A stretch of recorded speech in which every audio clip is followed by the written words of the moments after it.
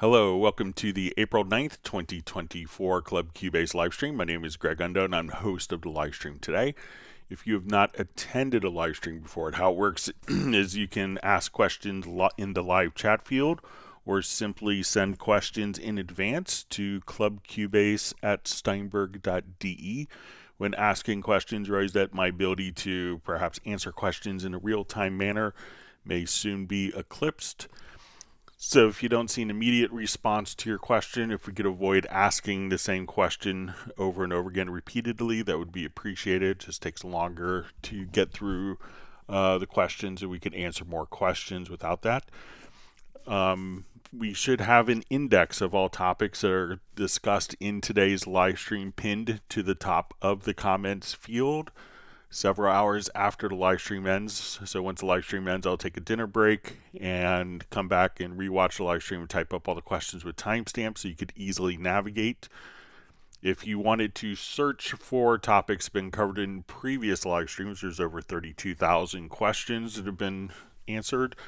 You could go to cubaseindex.com, and we want to thank Jan from Stockholm for creating that website. There's also a PDF file with all the questions that I'm happy to share with people, and I believe that's also on the Cubase Nation Discord. If you, we also want to give special thanks to two people that serve as moderators on the live stream. So we have Agent K and Jazz Dude. So they're not Steinberg employees; they just kind of do it to make it a better community experience. So we appreciate their efforts. And we'll give a special kudos to Jazz Dude for running the unofficial Cubase Nation Discord, which is a great resource for the Steinberg community as well.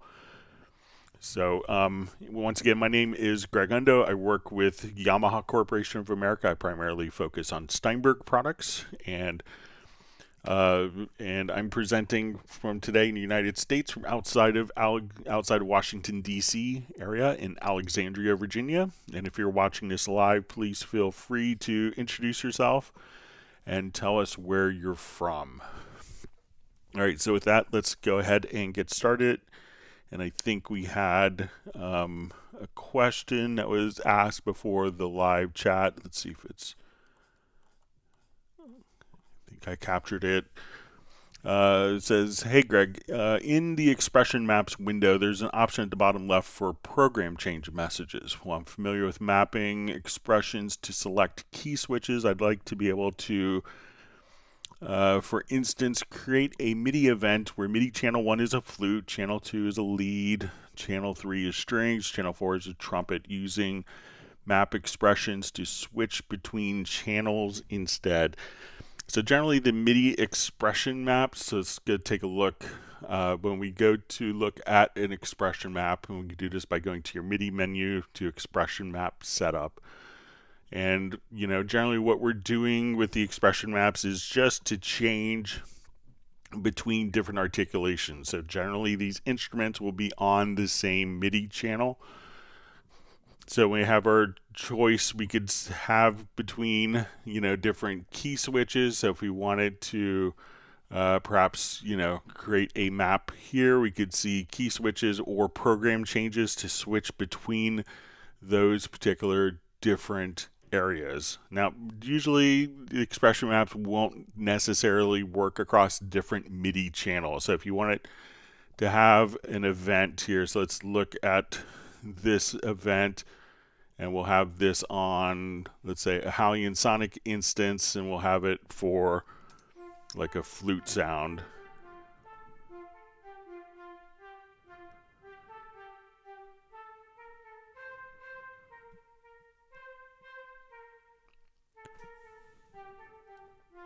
So if I wanted this when it repeats to go to a different sound, so on my particular instrument here, I'm going to load up just within my Hallian Sonic here. I have a flute on channel 1, and channel 2 I have trumpet and let's say cello on channel 3.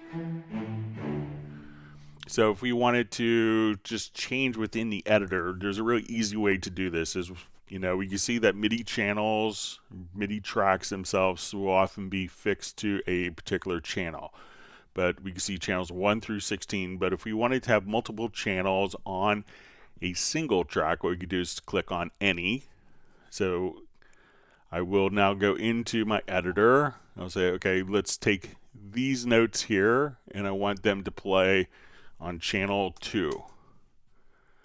I want the third repetition of that melodic figure on channel 3. So it'll start on our flute.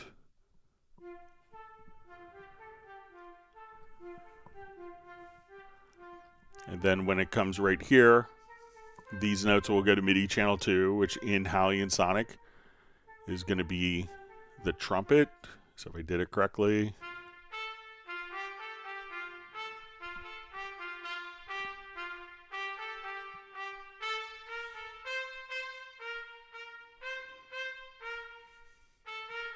And then we could switch this to channel 3, which would be the cello. So this way we don't have to use expression maps. We could just kind of select the events that we want on particular channels, and from the info line we could change the channels on those, and at this point select a different phrase where you want these to play on different instruments. So instead of expression maps to do it, you could just edit it that way. Just put these on MIDI channel any, and you could have it all going to the same MIDI port, and then you could switch between your different instruments like that. So let me know if that's helpful for you. I believe it's from Cristiano R. All right, let's go back to the live question list. All right, so we have Da76Wa. Hey, hi Greg. Is there a way to change a marker cycle name without having to open the marker window? Cubase 13 Pro, Windows 10. All right, so if we have a marker window here, so one of the great things you can do is as you drop markers, if you hold down the Shift key, you can now just type in the name of the marker. So press the Shift key, and when you drop the marker in, you could name it. If you didn't do that and you have other markers, what you could do is select a marker, and you'll see from the information line that you could just type in the description field, and that description will now be the marker label without having to open up the particular markers. So again, but in the future, if you just hold down, this is new in 13, if you just hold, when we go to the marker track, hold down Shift, and I think if you hold down Control Shift, you could add a cycle marker and name it like that as well.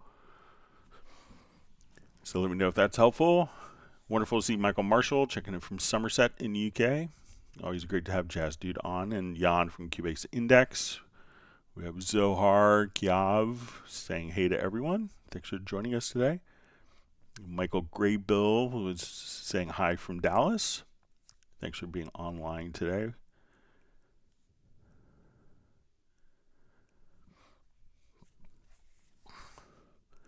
All right, Eric Sampson asks, hi Greg, Eric's from Paris. Is the history in the small console window under the project view Alt F3 the same as the history in the big console? So yeah. So if I want to come, let's go to my MixConsole here, and I adjust, let's say I move my faders, and I hit, instead of Control Z, I hit Alt or Option Z. We could undo, and Alt or Option plus Shift plus Z. We can redo. Now if I go to my large console and I hit my Alt Z, we could redo Alt or Option plus Shift Z. We can redo, but they will both show up. And if we wanted to see the edit history, we could see it here. And we could just, these particular MixConsole undos, we could visualize here. They're not labeled in the lower zone, but if you have kind of the expanded controls, as we redo and undo the same exact function, whether it's in the lower zone MixConsole or in the upper zone MixConsole.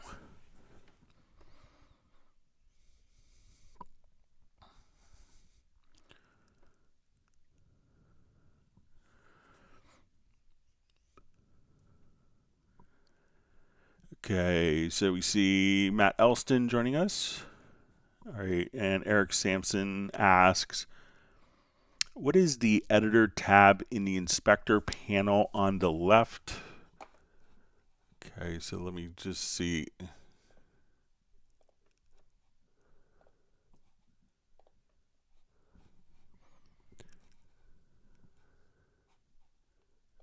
All right, let me select it like a MIDI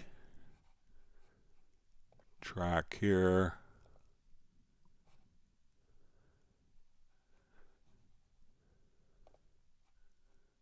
Let me see if I'm missing the editor.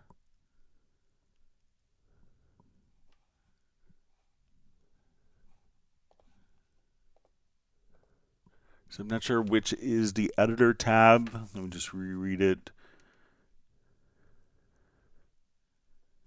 The editor tab on the inspector on the left. Let me just check all these.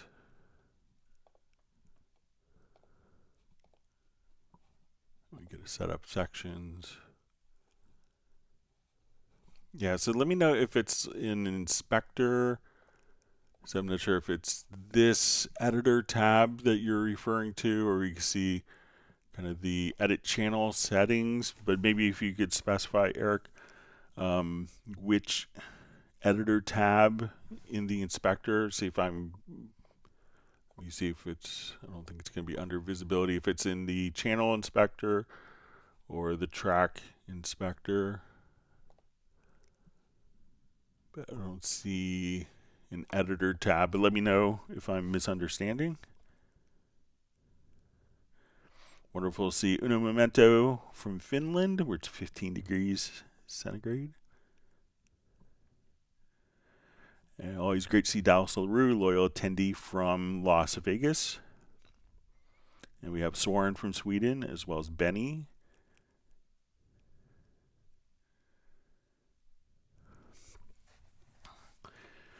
All right, Eric asks, I see many producers saying they prefer directly their mix bus to an audio print track instead of exporting the mix down. Is there a difference? So no, there isn't a difference. There used to be traditionally some other programs would not do a quicker than real-time export. So there could be a myth that because of some programs' inability to export a file faster than real time, that it was problematic because this program didn't do it. That program eventually did do it at the request of many people. So there's not going to be a difference whether you do an offline print track or just do an offline bounce. So I think it's goes back to a legacy of an inability of certain programs to do a quicker than real-time bounce. We see Jan thanking Jazz Dude for the fantastic Super Cubase forum and the unofficial Cubase Nation Discord. So I'll second that.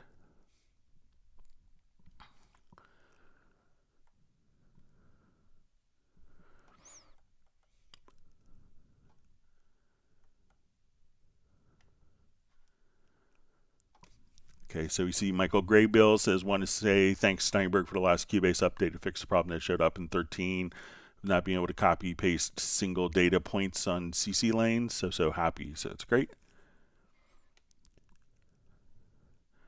All right, Achilles asks, hello Cubase 13 Pro user. Why when I change a sound card, when I'm on a project, I need to remap my inputs and audio connections for using them? Is there a way to load at once all my settings in the sound card? So it's especially if you're switching sound cards that has different numbers of inputs and outputs, I think it's best that Cubase doesn't automatically assume and remap outputs or inputs incorrectly. So, but what you can do is when you switch, if you go to your audio connections and you switch sound cards, just simply save a preset. So once you're here, all you have to do is save an input-output preset and then recall those when so you could have, this is my mobile audio interface inputs, this is my mobile audio interface outputs, This is my studio inputs, my studio outputs, and then all those connections will be defined for you and you could switch. So try saving input and output presets, but realize that, it could be, very complicated if you have like a lot of different routing and those input output options aren't available to access.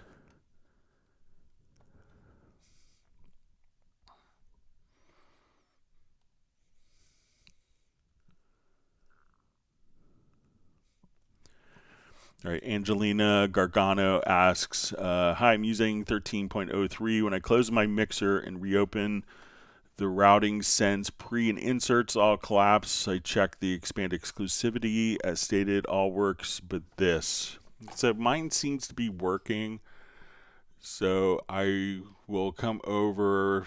So let's say if I, go to this project here and we go to the MixConsole and we expand the sections exclusively.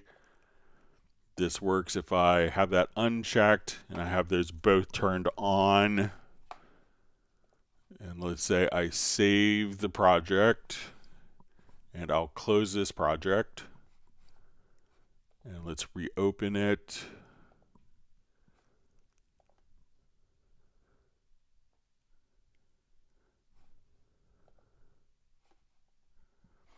All right, let's get to my MixConsole. We can see that those settings are preserved for me. But let me know, Angelina, if I'm doing something differently than you.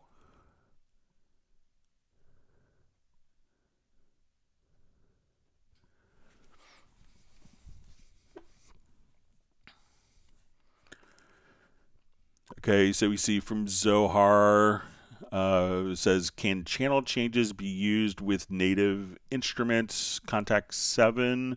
So I assume that it's like the channel changes perhaps that we showed here. So as long as they're going to the same MIDI port, so yes, that will work for any MIDI data. So if it's where we want these particular channels, these notes to go to channel 1, these go to channel 2, these go to channel 3, then there's no problem, but they would have to be on the same MIDI port. So maybe within the same instance of contact, and if you have multiple ports, like I think you may have 4 ports for 64 MIDI channels, then they would have to be on the same port. But if I'm misunderstanding, Zohar, let me know. Great to see Daniela Tokan on from Bochum, Germany. All right, we have Suede TV and Recording Studio just saying hi to everyone. All right, Suede TV and Recording Studio asks, can you please explain a vocal instrumental alignment? Let's say I have 4 background vocals and I want to make them tighter. Also, can I tighten a vocal and or instrument at the same time? Yeah, so I have kind of a little file for this. We'll show.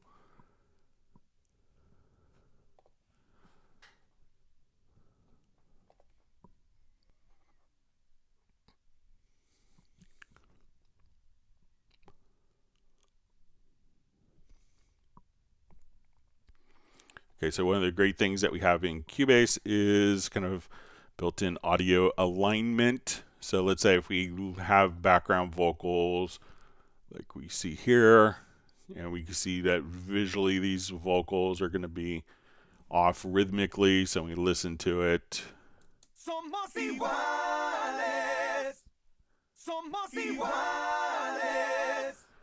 All right, so let's say I want to take this file here, and we have an audio alignment. This is in Cubase Pro.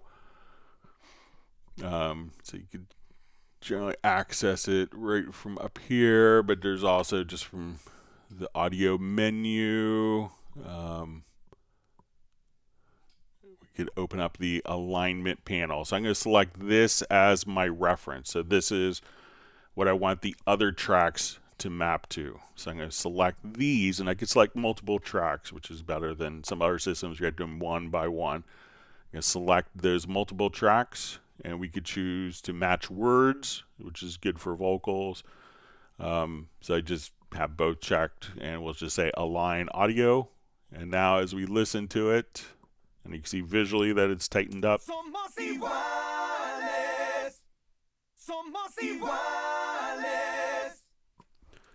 That at that point it will just tighten those right up, just like that. So again, select kind of like your first file, click on the reference plus button, select the other files that you want, choose that as targets, and then just simply align the files. Always wonderful to see Robbie Bowling from Dallas, Texas. And we have the artist known as Love just saying hello, everyone. Thank you for everything, Greg. You're welcome. All right, so we have, I guess, Motive from Texas. Says, I'm using the trial version of Cubase Pro 13. Welcome. And feel free to ask any questions that you have. Be happy to get you up and running on your trial version for you. Thanks for coming to the live stream. And come back anytime and ask whatever questions you have. I think we see some questions here.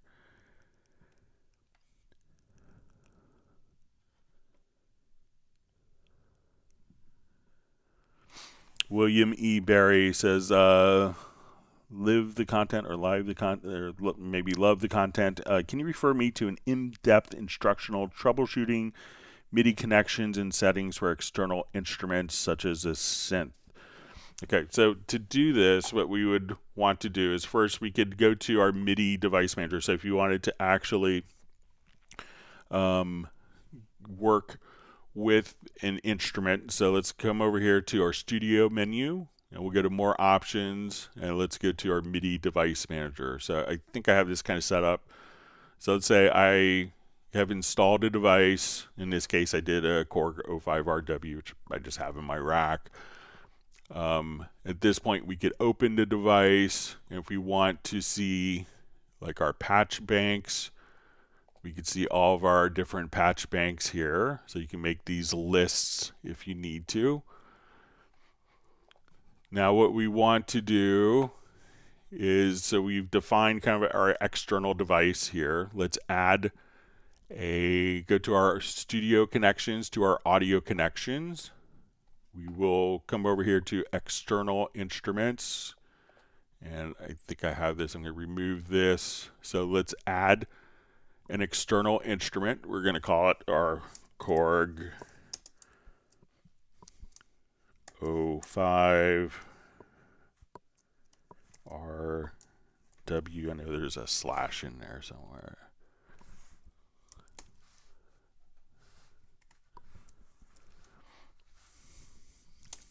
Okay, so now that we have this, we want to tell it kind of what connections that it's in, and I'll just do that one more time.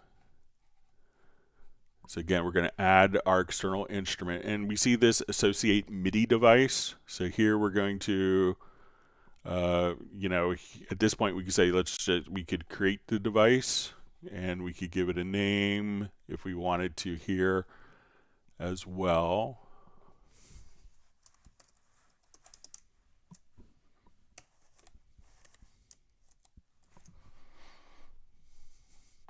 What MIDI channels that we're using.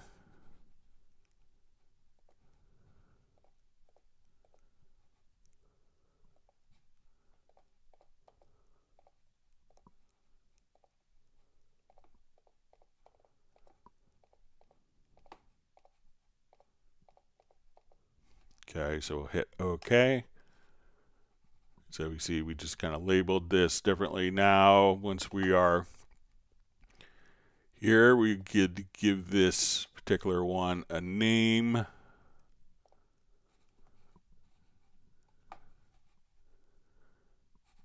So, and once we go to our external instrument, tell where it's connected to in your system, like the audio inputs. So we define the MIDI output there, and we go to add a MIDI track. We could just say, okay, our MIDI outputs, and we can see our Chord 05RW, add the track, And we can say, okay, it's going to be connected here. I forgot to do that in the setup.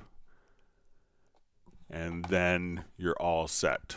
So once we have this set up, we could just say, okay, we're going to take this, and we can see our program change that we could have set up. So that's how you could get that going.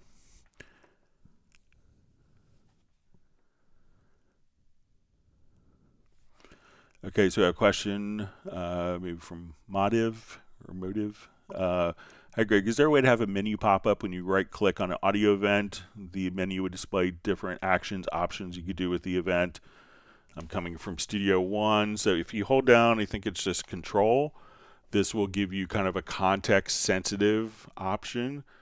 So you could say, okay, I want to bring this to front, I want to quantize, I want to run processes, plugins, and you could also have this like when you right click, you get the default tools, but holding down Control, and there's a preference. So if you want to come over here, I think it's under Preference Tools that we say Show Toolbox on right click. So once I do this, I could see, my tools available here, plus my context-sensitive menu options right there. So try if Control or Command, and you could toggle the default behavior once you have this preference set up, but you could do a lot of context-sensitive functions right there. So let me know if that's what you're looking for. And thanks for checking out Cubase from Studio One. Seems like there's lots of people doing that.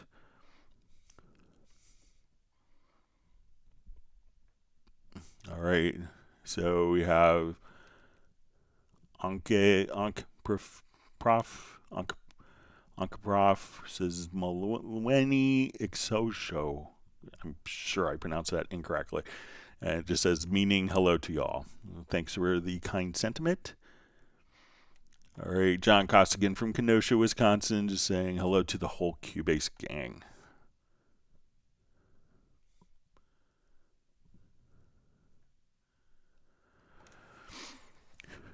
All right, so we see from Daniela, why is the Discord just for privileged users? I never did right there, but it seems I am blocked and should not be. I have to use a different fake account to get access.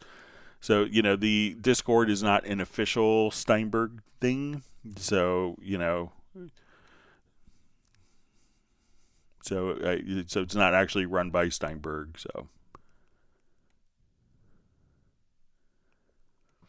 All right, so we have Eric Strock. It's just saying hello, fellow Cubase users.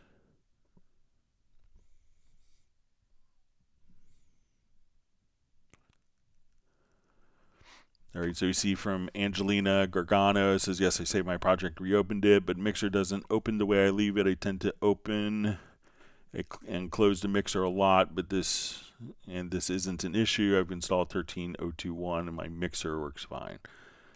So, but let me know if I did anything differently than you, Angelina. But I could report it regardless. And if you let me know if you're running on Mac or PC, I could check on my PC, which I don't have on now. So.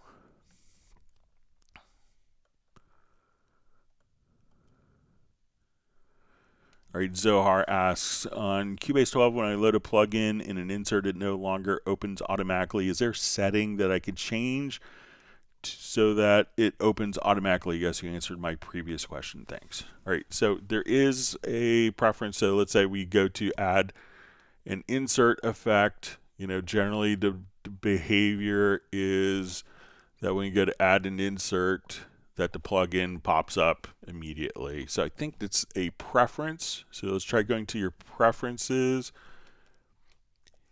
and maybe under VST plugins, there's a preference here for open effect after loading it. So let me see if I uncheck that and we open up a plugin.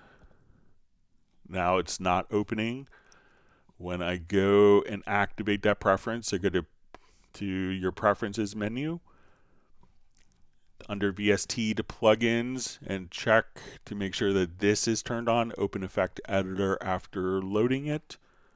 So now that that is turned on, we go to open a plugin, and it's then the user interface opens. So let me know if that is helpful for you. Okay, Michael Teams from Weatherford, Texas. He's always a joy to have on. He wants everyone to whack the like button. He might hold back virtual ice cream distribution. So let me see. Uno Memento asking if Michael Teams had a good view of the eclipse yesterday that was in North America. I'm sure it was in other parts of the world too.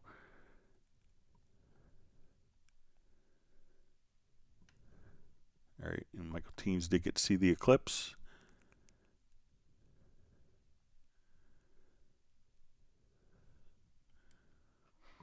All right, so we have Stefan checking in from Sweden. Thanks for joining us again.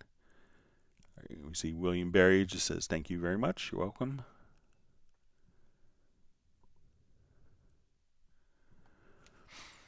All right, so we have a question, Greg. I'm looking for an Oxygen 61 MIDI remote script. If you come across it or someone has it. So, generally, if you go into the Steinberg forums, there is kind of an area where users have uploaded many different MIDI remote scripts. So there's probably one in there. It's a pretty common and popular controller. So you could probably look in there, and sometimes Jazz Dude might be kind enough to post a link to where the kind of the compendium, like the little area for downloading different controller scripts.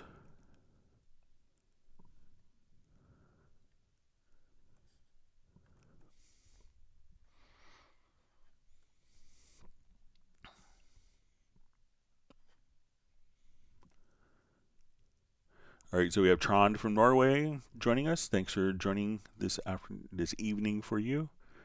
All right, and we have Pertti Komenen, our second attendee from Finland. Thanks for being on. It's great to see you on.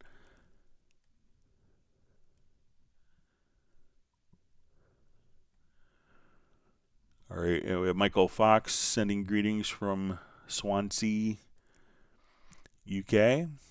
Thanks for joining and being on today. I think I called it Swansea once.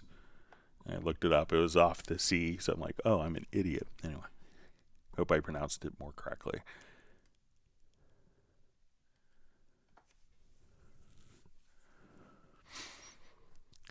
So we have a question from Motive. Hey, Greg, I noticed there's a slight delay when pressing start and stop. My computer's pretty beefy and the CPU usage meter is really low. Is this default? So it could really depend upon your actual, like what plugins you have loaded up. So let's say if, when I hit play, it's pretty responsive now. But if the program has to, let's just put on a couple plugins like the vocal chain. This could have about 200 milliseconds of latency on it. So when we have plugins that have a lot of latency, so we're now at 708 milliseconds of latency on this particular track, that when I hit play, there's going to be, so it's not CPU related. It's because when Cubase is doing delay offsets, when it's doing all the calculations so that you have delay compensation on all your effects. If you have a lot of plugins, such as we have here, so this is 708 milliseconds because of these plugins just being loaded. So, what Cubase does is it plays a little bit ahead so that when it plays, all these tracks with all of their plugins can play perfectly in time. But it doesn't know in advance when you're going to hit play. So what it does is, depending on how many plugins you have loaded and their cumulative latency, that would be the delay of your transport. So now when I hit my space bar to play, and if I take these two of these plugins out, we'll notice that space, and I'll get my microphone closer to the keyboard here, is much more responsive. So one thing that you can do is if you have a lot of plugins with delay, just realize that you could turn on a constrained delay compensation, and that could bypass plugins that are causing delay. But it's not necessarily a CPU thing. It's just that's how Cubase is calculating the delay compensation so that all the tracks with all their plugins are playing perfectly in time. So let me know if that makes sense.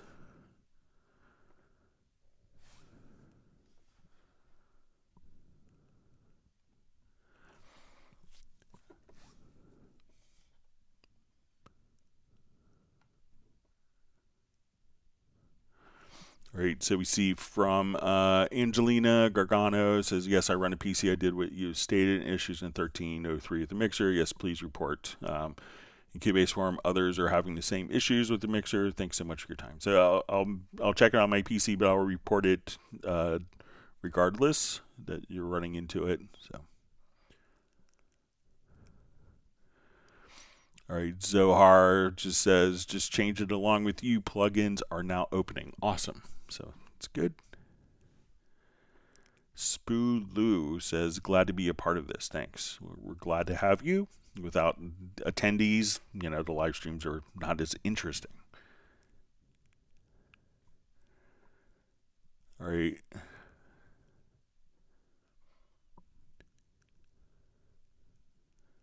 All right, we see Perti Komenin giving specialty coffee to Michael Teams, who's always so good at giving specialty ice cream. So Perti has granted Michael Teams 1 cup of Texas Blues special coffee, aka Johnny Winter. So, and Michael Teams has responded with 1 gallon of cordial cherry ice cream for it.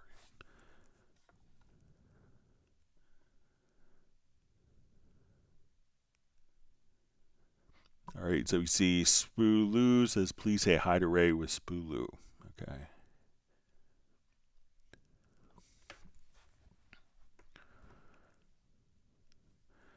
All right, so Michael Fox says, question, why does Steinberg take 1 month to reply to a support ticket? I see a lot of people complaining about the support response time. Is this acceptable for the price that people pay for this? Well, you could, if you have a particular question, just, please feel free to ask it here. We'll be happy to, see if we could get your answer for you. So realize that, depending where you live, there are different support systems in different country. Parts of being a Steinberg distributor in different countries is that you support your local market. So it's a pretty typical thing with different distribution agreements. So the support department in Australia is different than the support department in Canada or US or in Europe or in Japan or China, Korea, etc. So, but any questions that you have, we will try to get you sorted out here. And if you have a particular support request that you sent, if you want to send it to me via email to clubcubase@steinberg.de, I'd be happy to pass it on to see if we get an expedited response. Like I just got an email, I think it was over the weekend, that someone, got their, they had like their account was, they locked themselves out of the account, and they were able to get a response within 20 minutes and get it all sorted out. And they kind of wrote me a letter just saying that, every time they've had issues with support, it's always been super responsive, but it could be different depending on what country you're in. So.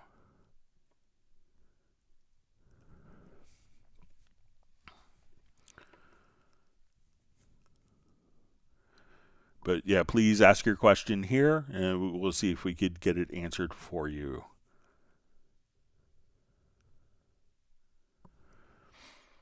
All right, Sway TV and Recording Studio asks, in MediaBay, I see many of my virtual libraries, but I do not see heaviosity instruments. Thanks. So one is to make sure that so I'm not sure if it's the instrument presets or if it's going to be like the instrument sounds. So realize that when we go to your MediaBay, so we'll open up our MediaBay here. So when we go to MediaBay, it could search for VST presets. And realize that not every plugin company comes with VST presets as their preset format. So by default, anything that has VST presets can automatically be shown. So, but realize that a lot of third-party companies may have their own preset system. Also, if it is dealing with, if it's like loops or different content, if that content is accessible as individual files, you should be able to go into your computer and find your computer setup, and wherever those files are, make sure that MediaBay is checked to scan in those particular folders. Sometimes, like some content, the individual samples, that make up the instrument may not be accessible to other programs. It may be kind of tied directly to the instrument. And it's, the intellectual property of the particular instrument. So I don't have any Heaviosity plugins, I don't believe, on my personal machine. So, but, check to see if there's, if you open up a plugin, for instance, we'll come over, let's say we go to our amp simulator. If you click up here, you can see all of the different presets, but different companies may have a different hierarchy or system for presets, and I understand why, because they work with other DAWs as well. So they may want to have their own particular system. But if it's not a VST preset or not a standard WAV file, then MediaBay probably won't pick it up automatically. Some people will take each preset of a plugin or an instrument and save it as a VST preset so that it is accessible. So if you're in a situation like that, you can just simply load up the preset, come up to the top, and there isn't like a batch process to do this. You could then choose Save Preset, and that would save it as a VST preset. So if you could let me know if it's the presets or specific content, I could probably guide you along a little more accurately with that.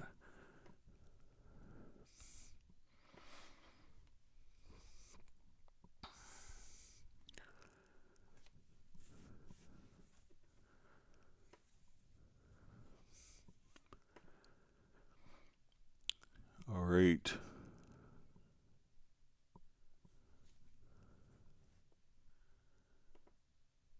All right, so motive says yes, it's motive for pronunciation, so okay.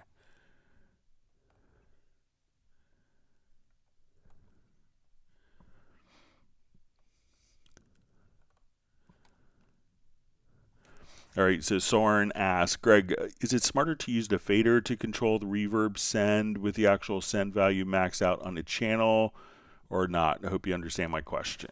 All right, so let's say if we have this guitar. All right, so now all right, so let's say we want to add an effect channel to this particular track. So let's add like a Revelation reverb.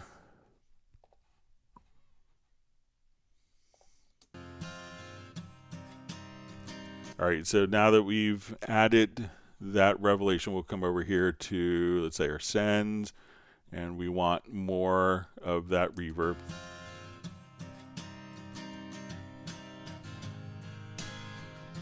And I will just make it a larger.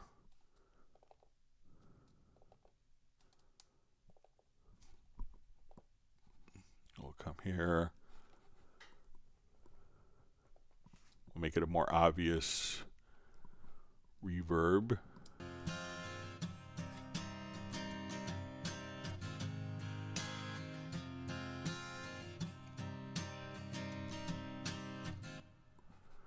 Okay, so I'll just put this in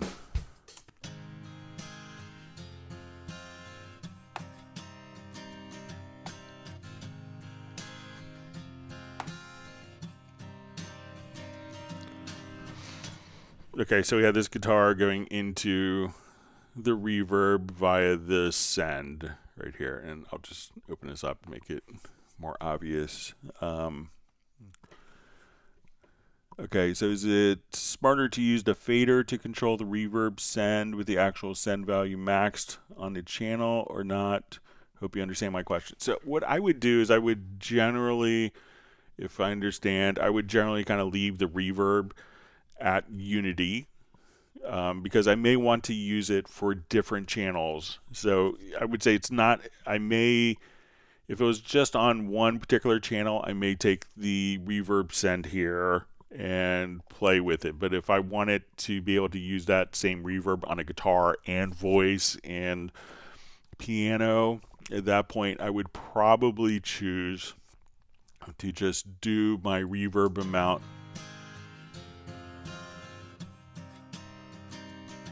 right here.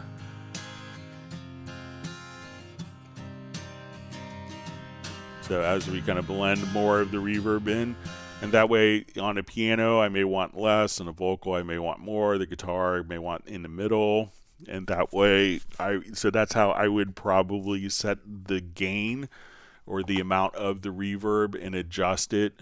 If I was using multiple tracks, I would do it via the send. And that way you're not kind of predisposing more reverb on the vocal inadvertently, or changing. If you're listening to the guitar and you're dialing in the reverb, it's not going to change the balance of the effect on the vocal or piano part.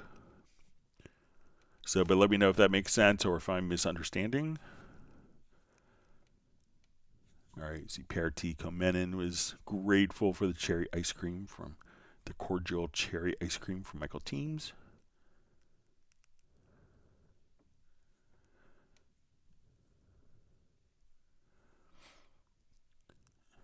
All right, so we see from Angelina Gargano, says, love Club Cubase. I received so much help and totally appreciate all the time and help you give everyone. Have a wonderful day. So thank you for the kind words. I appreciate it.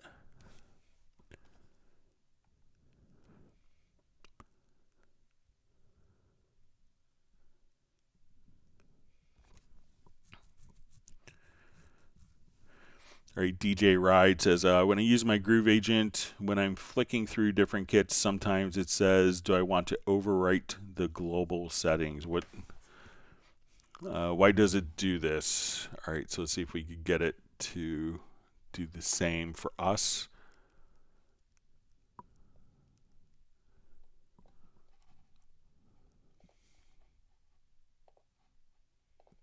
So it could be like if there are different like routing options available. So let's come over here. I'll load a kit with patterns. Let's do maybe like laser beams.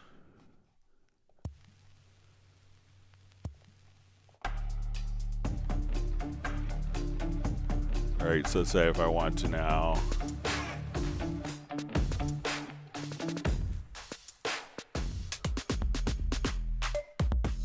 right now I just have that particular pattern playing, and I will go through my different kits here.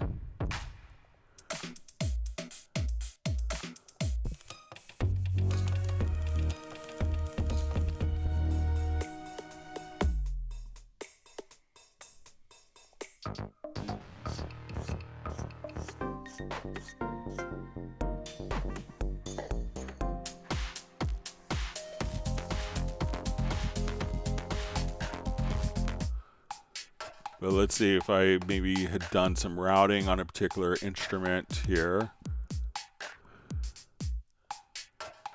So say I send this to different outputs.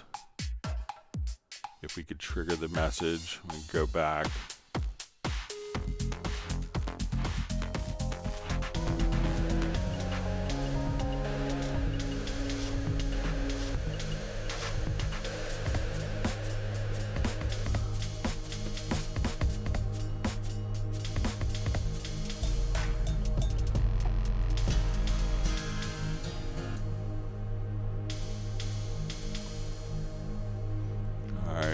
Send all MIDI notes off.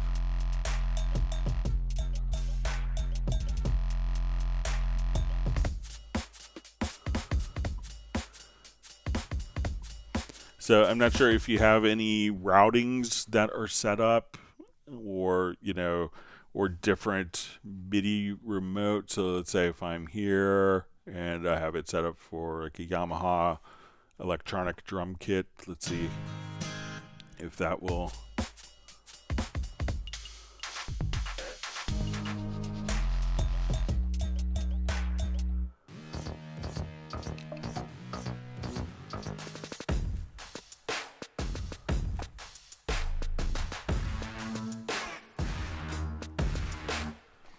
But let me know if there's any special things that you're doing that maybe causes that message to pop up, and I'd be happy to see if I could recreate it here.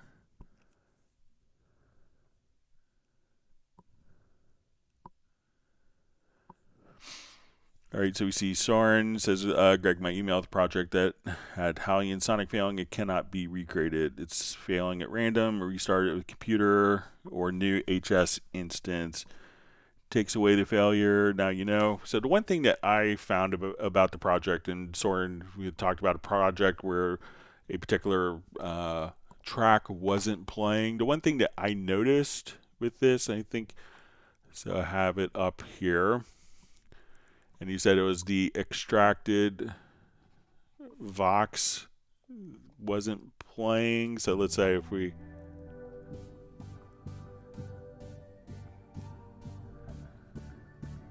So like when I come to this particular track, he said that this is the one that's not playing, I think. That I noticed. I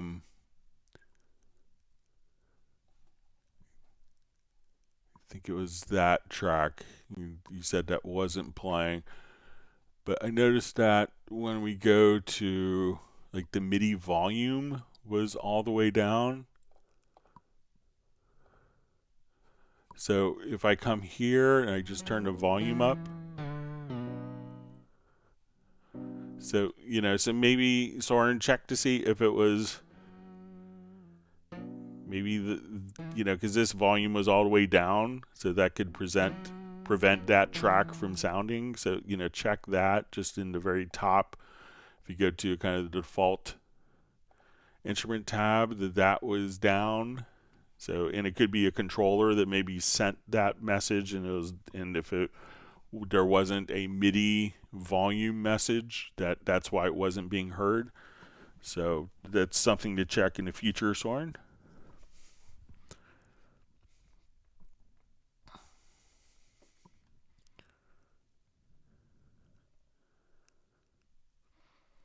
All right, so we see Anders McCormack just asking if anyone uses any saxophone VSTs in Cubase. So when I do sax stuff, I generally just kind of use the built-in stuff that's in Hallian or Hallian Sonic. But if anyone else has experience with other saxophone libraries, maybe they could share their experience.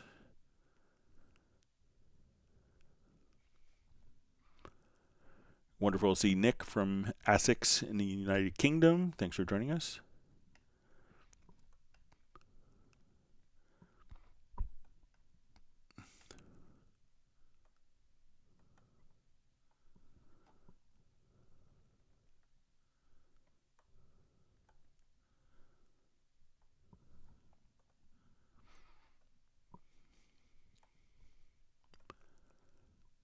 Okay.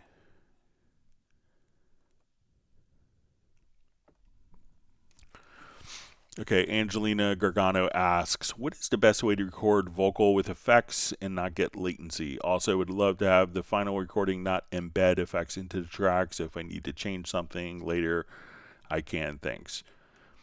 All right, so it could really depend, because when you are doing a recording, so let me just, I don't have a microphone connected, we'll just do a new project, but I think we could show it.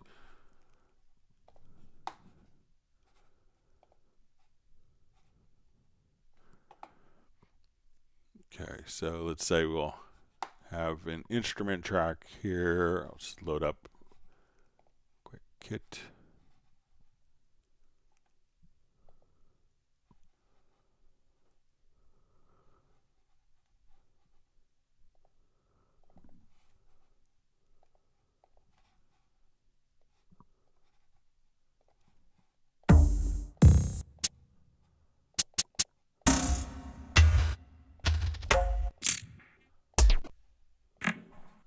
find something that's less obnoxious.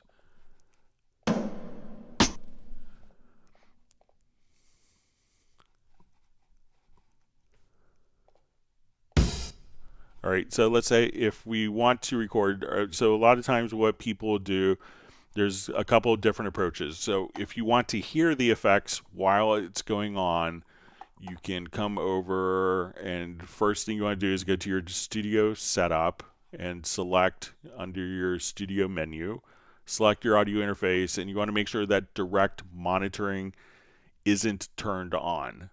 So, and this could depend on your audio interface as well. So you want to make sure that direct monitoring isn't turned on. If you have a UR interface, like a Steinberg UR or AXR interface, you could have direct monitoring, and they have built-in DSP. So if you have like a UR22C and higher, or an AXR interface, you could have direct monitoring. And once we have that input, you can, set it up for the DSP to automatically have the effects. I'm going to go to my audio connections here. Let's set my input. We'll say mono input, and I'm going to connect it to this. All right. So when I go to add a mono track, we'll add an audio track here, mono. All right. And we can see that we have our UR24C panel. And from this point, we could choose to have an effect. So this is kind of unique, and this is because, it's Steinberg interface that we can come over, and once we have our effect here, we could just say, okay, we have a built-in reverb on the effect, so we could hear the effect with no latency. We could also choose to have like a morphing channel strip. So if we wanted to apply compression and EQ to the recording, we could choose to do that on the input bus, or we could choose to monitor through that. So if you don't have a UR interface, you're not going to have this integration with the DSP.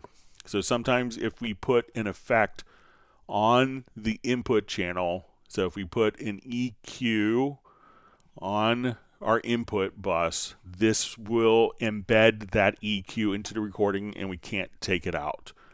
So if you want to have the effect but not monitor the particular effect, or if you want to hear the effect without it being printed or written into the file, again, we need to go and make sure that direct monitoring is disabled. Otherwise, the signal goes from the input to the output. And now what we could do is when we go to our channel that we're recording on, we could just make sure that we have our particular effect loaded here. So let's say we wanted to have a compressor, that when we go to our compressor, let's say our Vox comp, that as we do this, we can hear the result of the channel going through the Vox comp, but it's not being applied to the channel. So, and we could actually see that as we add different plugins, and we can see this on our channel inspector here, that right here we can see what the overall latency is of the particular path. So right now when we add that plugin, it's 2 milliseconds of latency. Let's see what happens when we switch out that plugin with Black Valve. So each plugin and the tax, we could think of it as like a plugin tax, is that when we use that plugin could cause latency. So right now with the Black Valve, this plugin on this track has no latency. So we could use this without any timing delays. So we could hear this. Now let's go ahead and say we want to have a reverb, like a courtesy reverb. Let's say if we go to, and sometimes a simpler reverb. So let's say if we go to RoomWorks, that now we could load up a RoomWorks preset, and there's no latency with RoomWorks. If we load up a plugin such as Reverence, a convolution reverb, that's going to add 11.6 milliseconds of latency. So this way we could pick and choose different plugins that have lower latency. And if you want to get an idea, you could go to the VST plugin manager here. And as we look at your VST effects, and we select, you could actually see what the latency is of different plugins here. So you can get a sense of like, okay, there's no latency on the chorus. But if we go to Bit Crusher, there's no latency. AutoPan, no latency. Amp Simulator, none. So you can just see what the latency factor is in different plugins as you work right here. And then you could pick and choose the plugins that have less latency for tracking purposes. You may want to have, again, a courtesy reverb for tracking, but maybe it's not the final reverb for mixing, but you want to give a little bit of reverb as you're singing or recording vocals so that you have access to that. So use low latency plugins. If you don't want it embedded, do not put it into the input channels, put it on the track, and unless you have a UR or AXR interface, which has the advanced integration, you want to make sure that your audio interface, when you select it, is not set to direct monitoring. If you have a UR, then you could use the DSP that's built into the UR to have all of the effects, which kind of is the whole intention of the UR interface, to have those effects.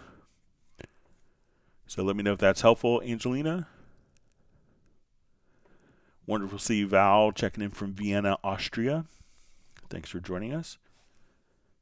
And he's already gotten 1 gallon of Texas special ice cream from Michael Teams.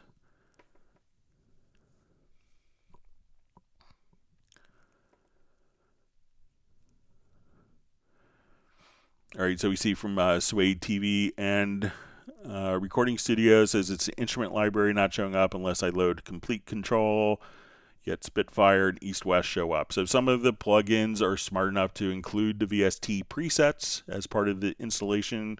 Some companies may want you to go into a different ecosystem. So and that's just the design intention of probably the native instruments platform or ecosystem.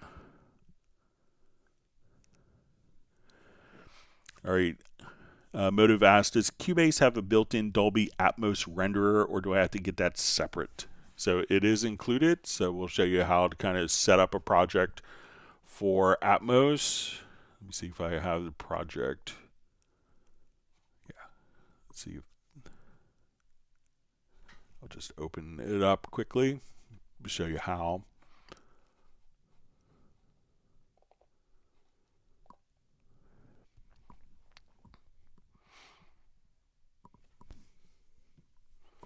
Okay, so let's say first thing you want to do is make sure your project's at 48K and that it is a buffer size. So we go to your project setup, make sure that you can hit Shift plus S, or go to your project menu to project setup, make sure it's at 48K. Go to your studio menu to studio setup, and make sure that your buffer size for your audio interface, we go to the control panel, that is set to 512 samples. So to access this, let's say we have our project, and do you recall the day we first met? So if we want to access the internal render, we would go to the program or project menu, and we'll see ADM authoring. At this point, we could choose, okay, we want it to be for Dolby Atmos, and we have a setup assistant because kind of doing the routing could be a bit nightmarish and seem counterintuitive. So we say, okay, let's go ahead and we're going to add our main mix channel configuration is 714, and then we want to add a bed to and route all the tracks to that bed. So now that we've done that, this is creating kind of all of the routing. If you have headphones on, we could choose what your monitoring path is here. So we can say, okay, let's go to binaural. So if you have headphones on, as I take a particular track, Let's open up, let's say, our guitar part and solo it. Do you recall? Okay, I'll take the guitar, not the vocal.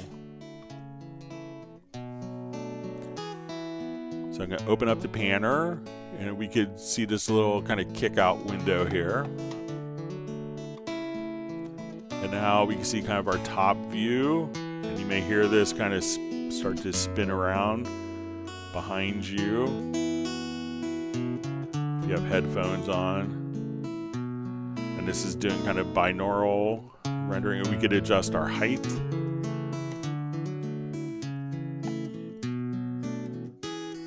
And we could just kind of automate all of these particular changes.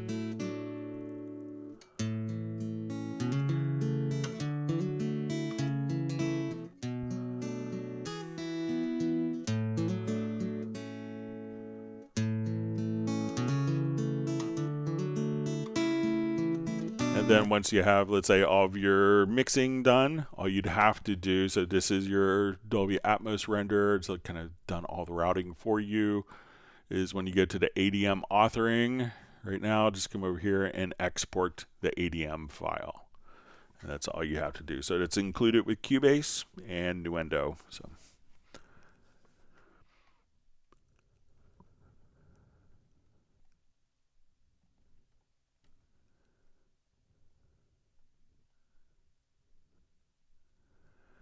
All right, so we see Soren just says, thanks, Greg, about the reverb send question. So you're welcome. Hope that was helpful. Question from E. Hall. Does Cubase use all the performance and efficiency cores on the M1 chips? I know that there are a couple of DAWs that do this. Sun was hoping that Cubase was one of them. So yes, Cubase does. So Cubase was the first program to really kind of took advantage of all those. I think a couple have now been added after some YouTube videos have started calling out companies. Ironically, I don't think that Apple's own DAW does. Maybe they changed it, but there's a lot of people pretty shocked with that.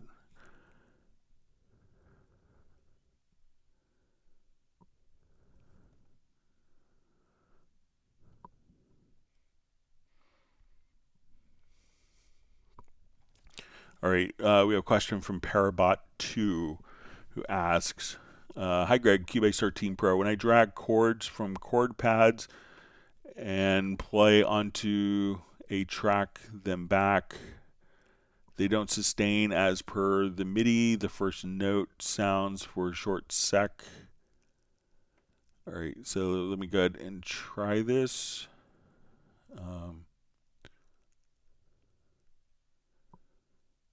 Okay, so let's go ahead and give it a try.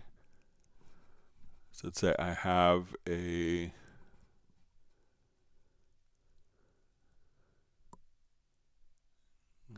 don't have the piano on this one. All right.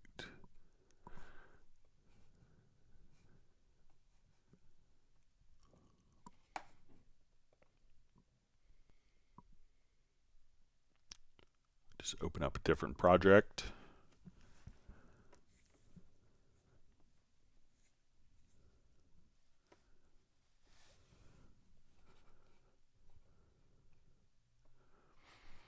Okay, so let's say I have Rhodes patch here. Okay, let's open up our chord pads. All right, so I'm going to drag them here. So it looks like it may default to one measure, but let's say if I drag this on top, let me adjust my snap to beat.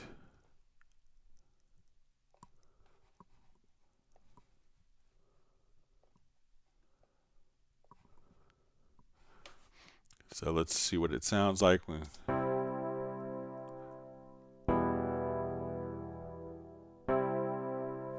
take it off loop, sorry.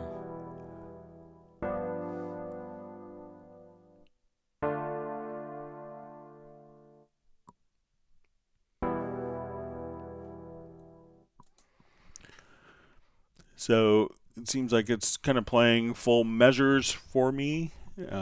Let's see if I I extend that out, doesn't extend the notes, but doesn't seem to be cutting off short.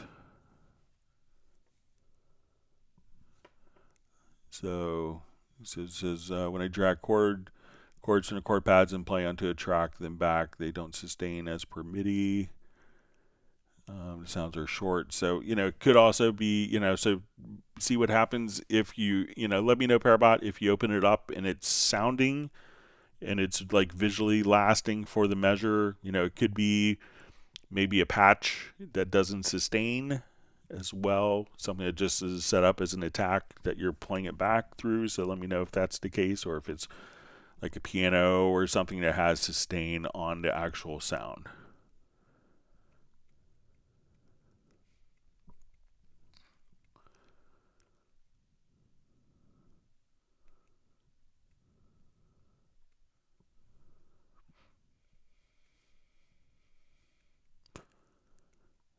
Okay.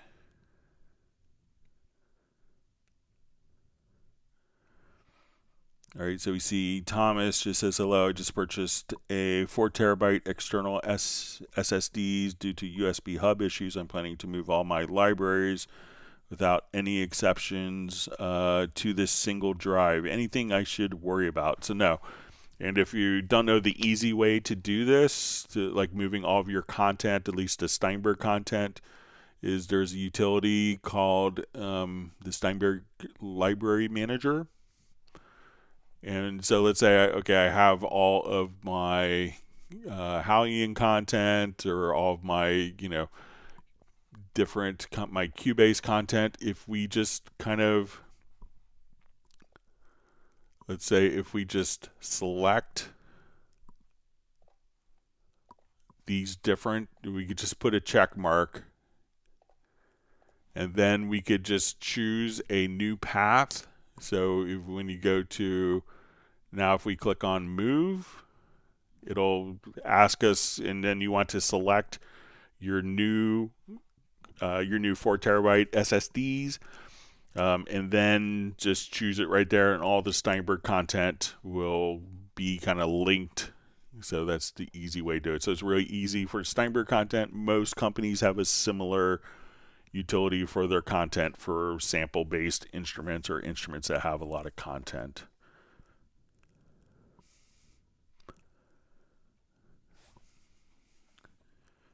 So, but it should be pretty straightforward for you.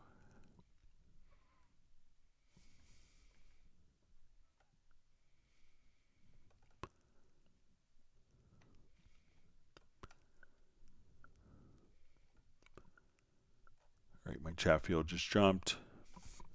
All right, so I think I'm close to where I was.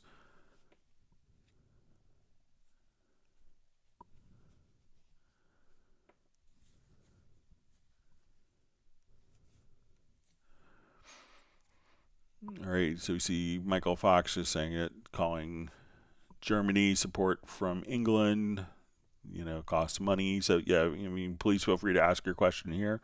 We'll see if we get answered for you.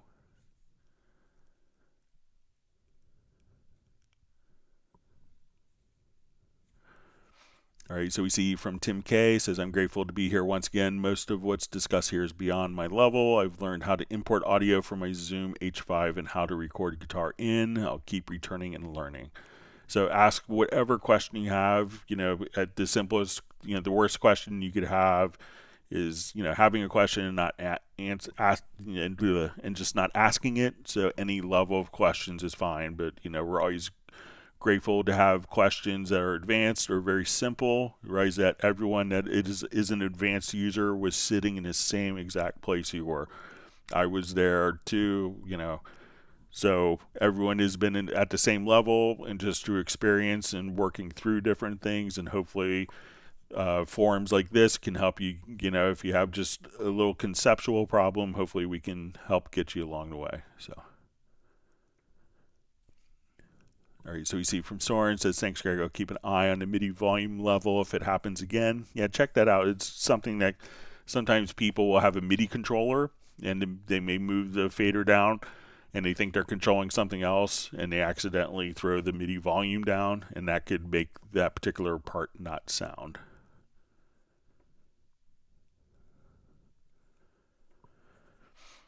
Zohar says, Greg, you just helped me complete a song that celebrates 3 decades of freedom for South Africa. Thank you so much. I couldn't get vocals to sync thanks to who asked a question. I love the help. So congratulations on working on such a significant piece of music. So, and please feel free to share when you're all done with it. Please feel free to share a link so I could listen to it. I'd love to hear it. And you could send that to Club Cubase at Steinberg.de. Looking forward to hear it. All right, always great to see Rob from Tarpon Springs, Florida. Really good Greek food there.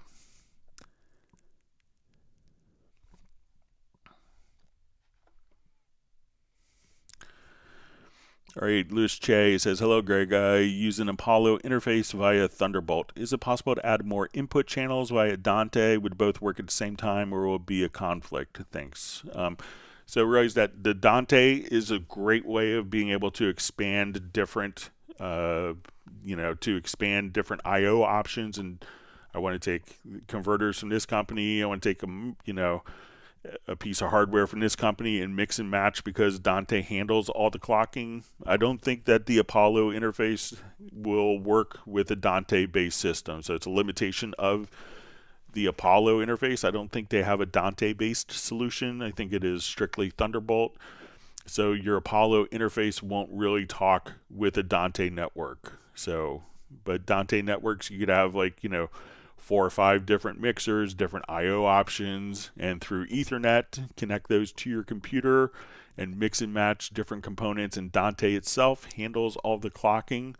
So it can be a more expensive solution, but if you wanted a lot of flexibility for different I/O configurations and different flavors of converters and mic preamps, Dante is a wonderful solution for that, but your Apollo interface, I don't think, will integrate with Dante at all.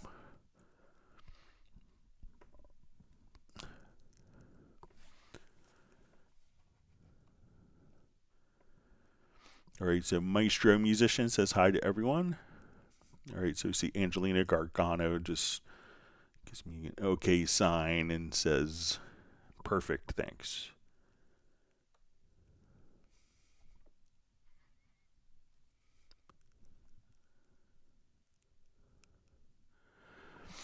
All right, Motive asks, is there a way to select an audio event when using the range selection tool? For example, I want to highlight multiple tracks with the range tool and adjust volume, trim, etc., but the range tool doesn't select. So one of the things that was incorporated, so we could think of the range as kind of working not on an event level, but we're selecting the range.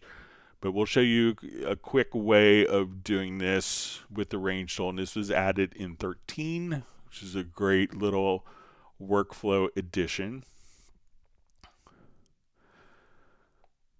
So let's say if I wanted to come over here, I have my range tool, and I'm going to hit, I think it's Shift X, and that splits the events. So I just split the events using the range tool. Now, if I switch to the object selection tool, those events are now selected.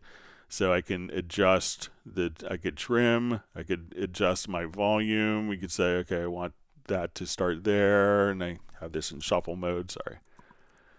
So let me put this in grid mode. I'm going to save the project in grid mode. So once we have the range selected, so I'm going to hit Shift X, and that splits the range. Switch to the selection tool, or just hit 1 on your computer keyboard. So again, we'll come here, select the range, Shift X to cut, hit 1. Those functions are selected. I can now do a fade. I could adjust my clip gain, all right there. So while the range is, we can think of it as not the events, but again, once we have split events and we switch to the selection tool, those events are automatically selected for us that were in the range. So then we can do those types of edits that you want to work with. And that was added in 13, and it's really very handy, especially with the MIDI editing with the range tool. So let me know if that's helpful. Okay, Johnny Ravioli says, I'm so close to pulling the trigger on a crossgrade for 13 Pro, so it's great, and we hope that you do it and that you come back and we're able to help you get up to speed and working smart with your Cubase. And thanks for coming to the live stream. We appreciate it.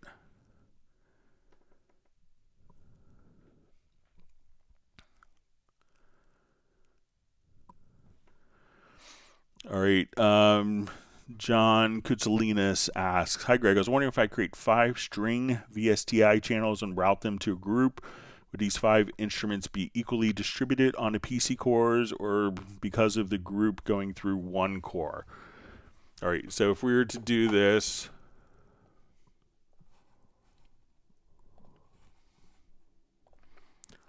let's say I had one instance of, we'll say Hallian Sonic here. Okay, so let's say in this instance, I'm doing like a string patch, so we'll come over here to Iconica Sketch, and okay, we're going to put basses, cello, let's say viola, violin 1, violin, here we'll just do violin 1 and 2. All right, so in this case, if most instruments would run this all on one single core because it's on one track and we're running multi-timbral capabilities. Now, Hallian is smarter than most programs in that we could actually utilize multiple cores within Hallian. So that will allocate the risk or kind of spread across the CPU usage. What most programs will do is come over and say, okay, we have, we'll get to our MediaBay, let's get to our VST instruments, and we get a Hallian Sonic. So most instruments don't allocate across multiple cores. You could check with your particular instrument. In that case, if you wanted to spread out the CPU cores, you would just say, okay, I want to have, you know, just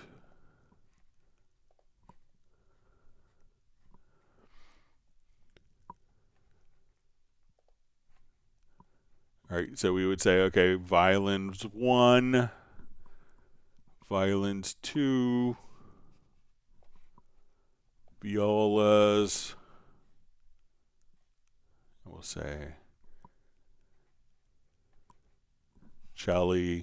And as we do this, this is adding multiple instruments. So we go to our VSTi rack, we can see that this instrument contains all of the CPU. So in most programs, most playback engines, this is going to utilize one CPU core. So what people tend to do is to now come over and run one instrument per instance, and that will spread across the CPU cores. It's not necessarily routing it to a group, but what the initial settings are on these particular tracks. So if your playback host, the hosting instrument doesn't support that, then you'd want to spread it across CPU cores. It's not necessarily that it's being then processed into a group, but it's kind of broken down, and all DAWs kind of work the same way, where each particular track is utilizing the different CPU cores when they're just spread across different tracks.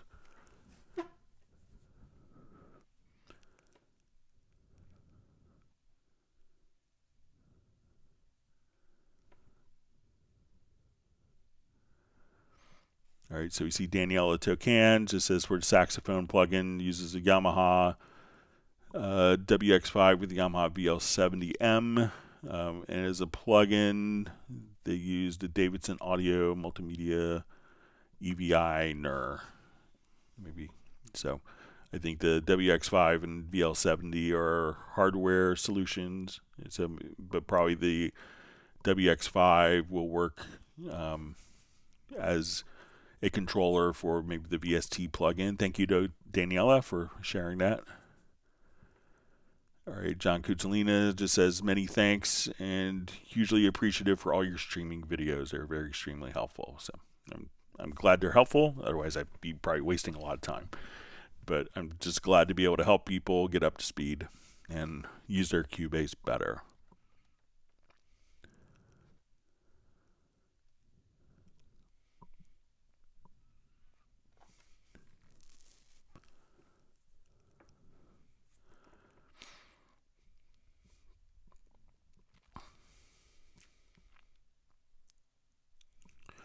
Okay, Sway TV and Recording Studio says, please, how to hide trial plugins, not delete them. When I go to add a new plugin, I cannot tell the difference between the demo version. So have you tried, I think I mentioned this maybe in a previous live stream, that if we go to the VST plugin manager, that if you select the plugin, that you could choose to hide the plugin so it doesn't show up. So let me know if you've done that. So again, go to your studio menu, to VST plugin manager, select a plugin, and then I think you could just choose to hide in the lower area here. So you can do that with VST instruments or VST effects once it's selected. So let me know if you've done that.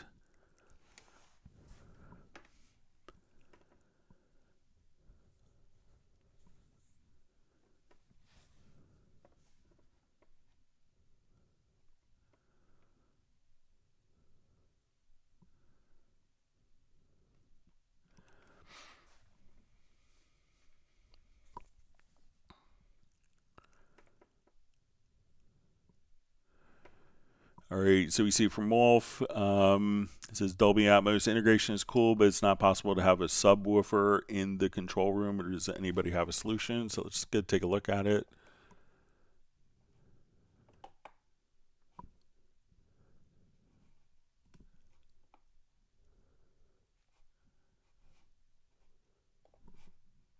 So I have this one, it's kind of already.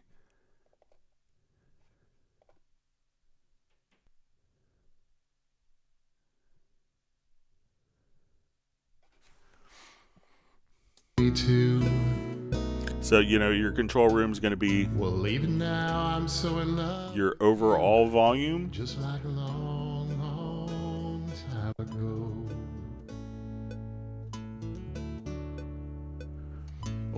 So, and once you have, once we go here to, let's say we go to your audio connections, let's say we have your output. So we have the renderer channel here. And so the LFE is part of the 714 output. So, it's, when we go to a particular track here, so let's say we go to the panner for this track,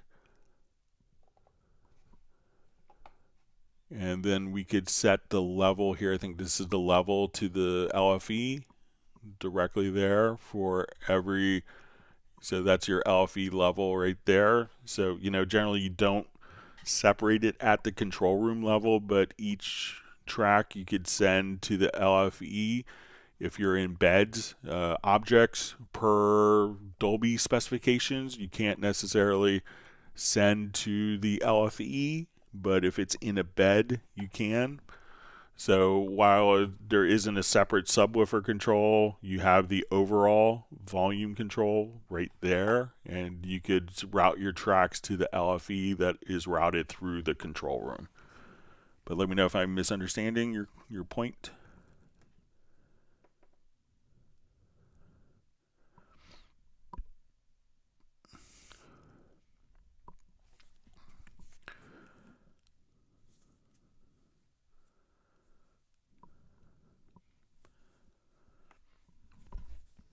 All right, Soren asks, Greg or anyone, do you know of a free way of doing blind test with a plugin, or can you tell me how to blind test in Cubase? I went to blind test if I could hear different cents off of 440 hertz. So it could really depend on what you're doing. So I know some people may take a project here, so we'll simplify this.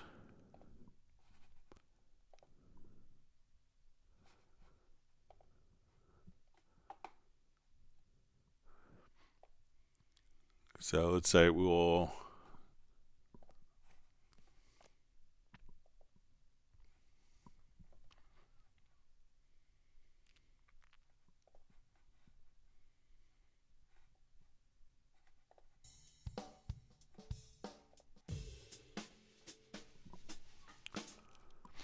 Okay, so let's say we have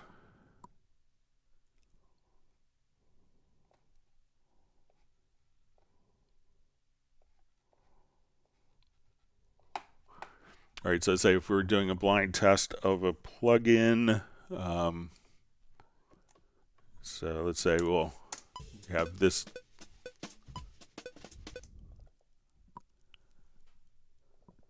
I'll just change the tempo of that so it's not 360 beats a minute.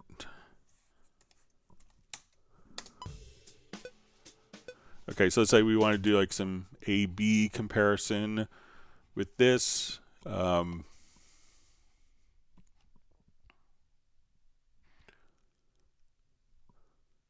right, so we're going to send this maybe to 2 groups. Let's add 2 groups.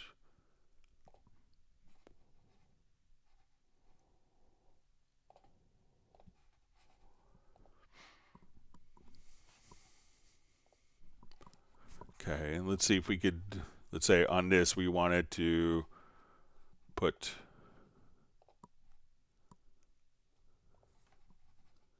like a heavy, I'll just switch this to group 2. Let me just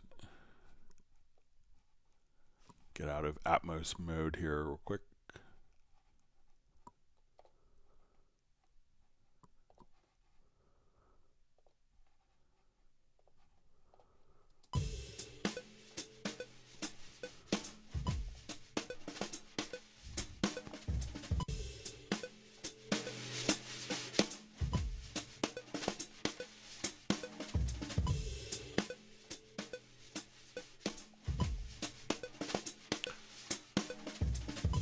All right, so let's see if we could, maybe with the project logical editor, if you want to do kind of blind test with this.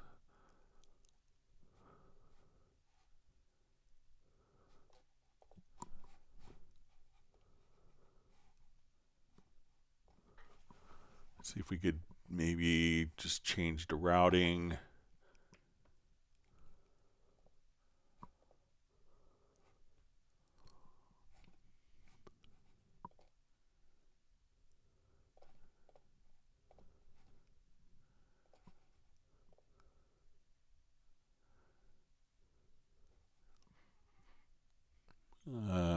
So let's see if we could just,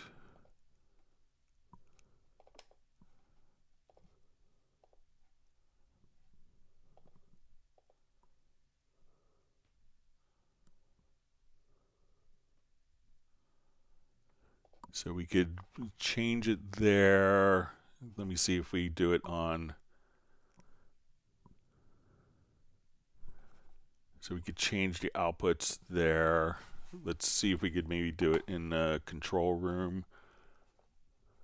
So let's send this to our main output.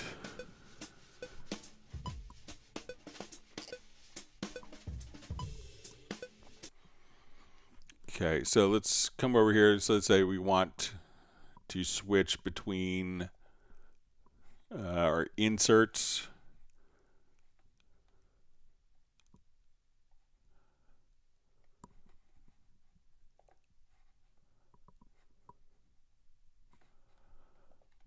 Okay, so if we come over here, we could say our dynamics, let's put it through our vintage compressor.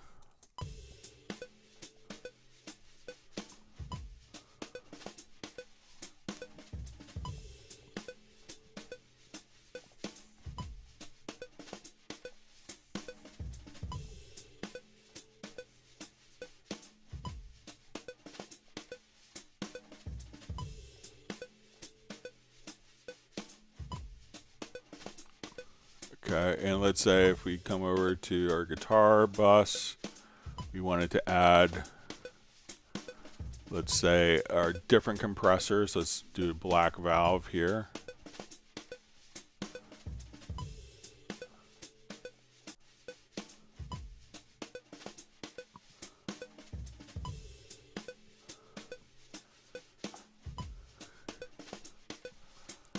All right, so if we wanted to listen to these, we could say switch between. So that's the vintage compressor, or that's the black valve. And now we could, this is the vintage compressor. So we could kind of switch between different control rooms. If you have the control room and if we come over here, let's go to our device. So let's say on our drum bus, we wanted to have a different compressor.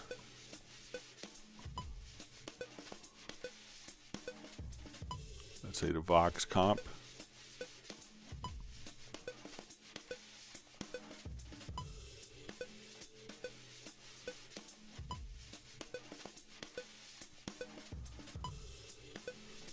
Okay, so let's go to our MIDI remote.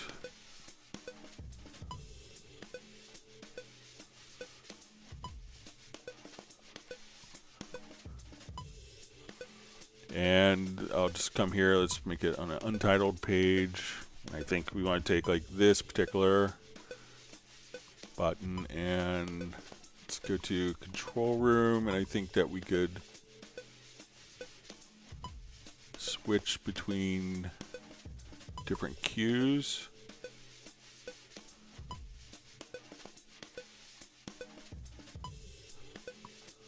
Let's see if we can do it just in key commands here.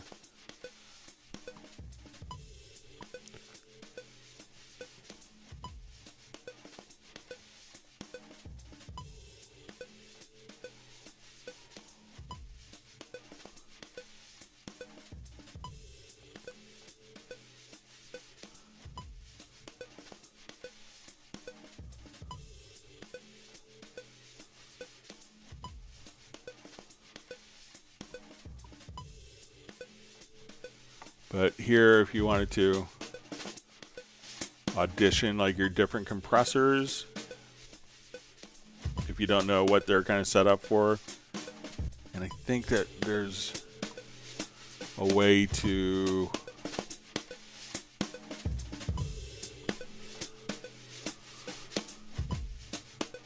let's see if we could select.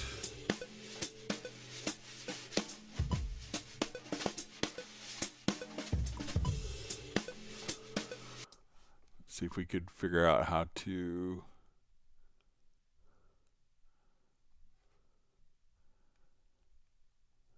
go between the different cues.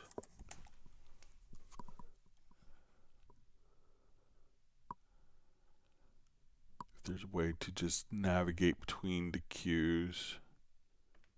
Okay, so we get a main.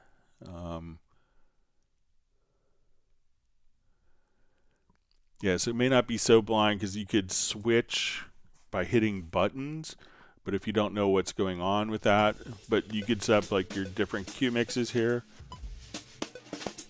and then audition. So now we're listening to the Vox comp.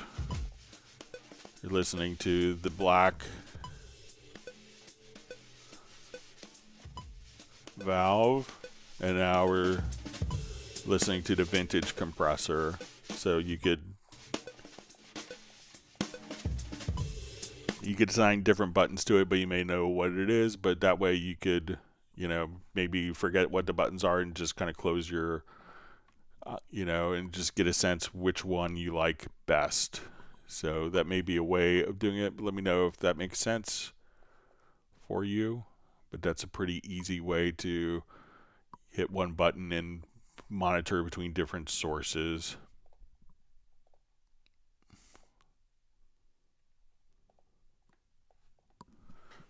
All right.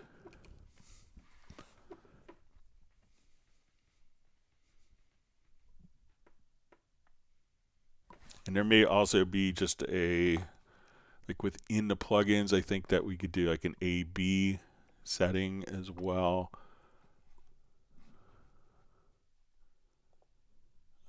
So within the plugins, you could do A/B settings, but I don't think it's going to be on the tracks themselves.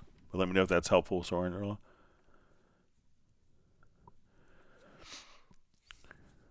You see a comment from Terrence Shaw, says having some great results with the vocal chain plugin on acoustic guitars. So yeah, those are just kind of great processes to have and to have it all consolidated. Don't necessarily use it just for vocals. So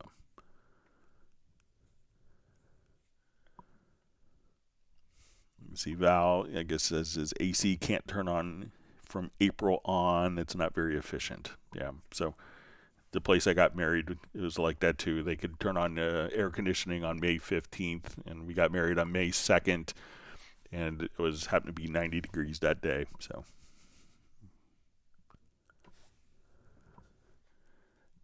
understand your pain.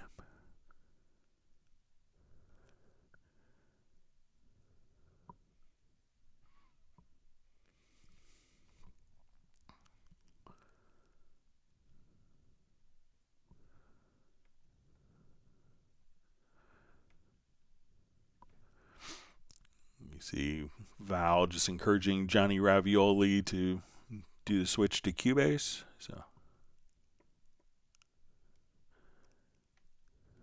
And we have these great live streams twice a week, just answering all your questions.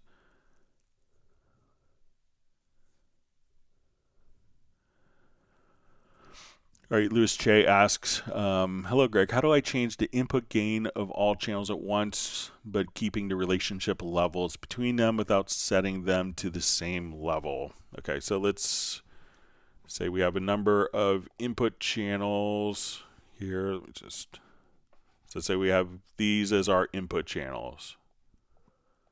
Okay, and we want to maintain this proportionality of our inputs, but maybe you want to increase. And I had to do this I used to do this on live concert recordings a lot, like when I did Eric Clapton's Crossroads.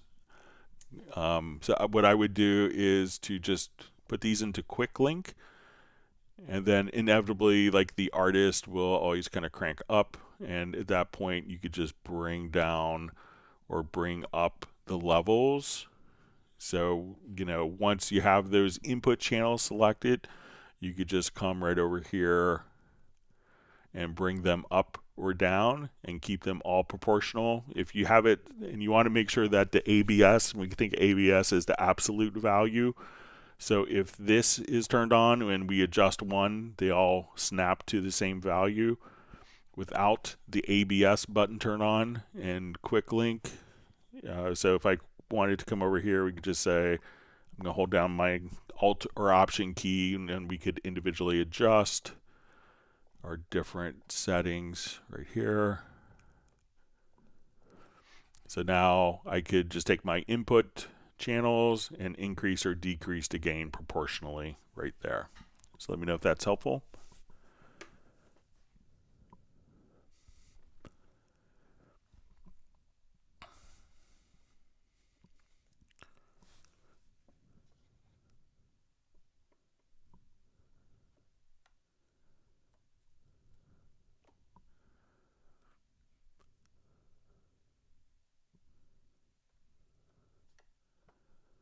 All right, my chat field just jumped.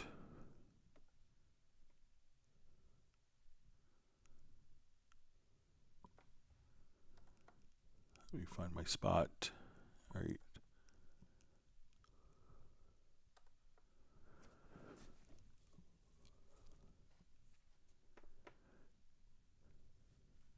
See a comment from Michael Teen, says Studio One is from ex-Steinberg employees working for PreSonus, now owned by Fender. Yeah, so I think the principal architect, Wolfgang Kundras, I don't think he's been with PreSonus in maybe a dozen years or so. So there may be one or two other people.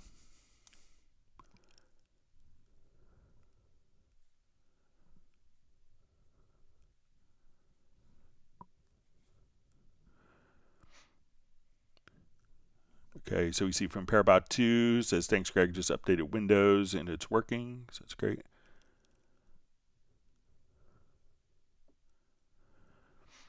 Okay, so we have a question from Wolf. I have no idea how to control sub-routed to a special interface output. So, once you go to your output here, so let's go to your audio connections. So let's say if we go to an output, whether it's 5.1 or 7.1.4, so let's say we want to add a 5.1, all we would do is just say, okay, I don't have 6 outputs on my interface here, but you would basically just choose this, an output on your audio interface, and that's going to be connected from your converter, your audio interface or converter directly into your monitoring system. So a lot of people may go directly into powered speakers, and that channel is just going directly into the subwoofer, and that's how you do the settings right there.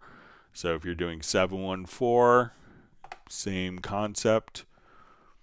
So as soon as we come here, we say your LFE, this is your sub. Where from your audio interface is that connected to? So that's what you need to define.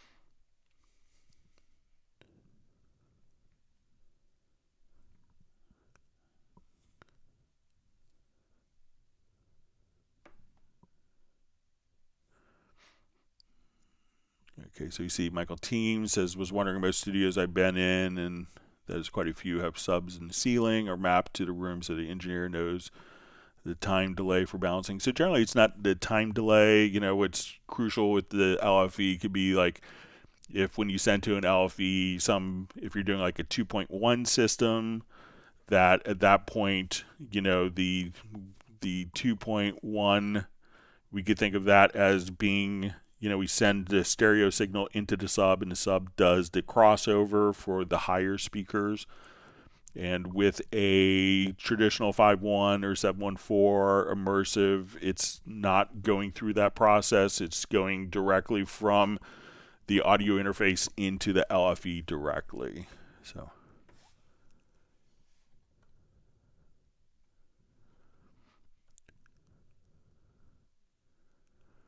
See, Thomas just says, thank you for your help. I will get right on that. So let us know how it works.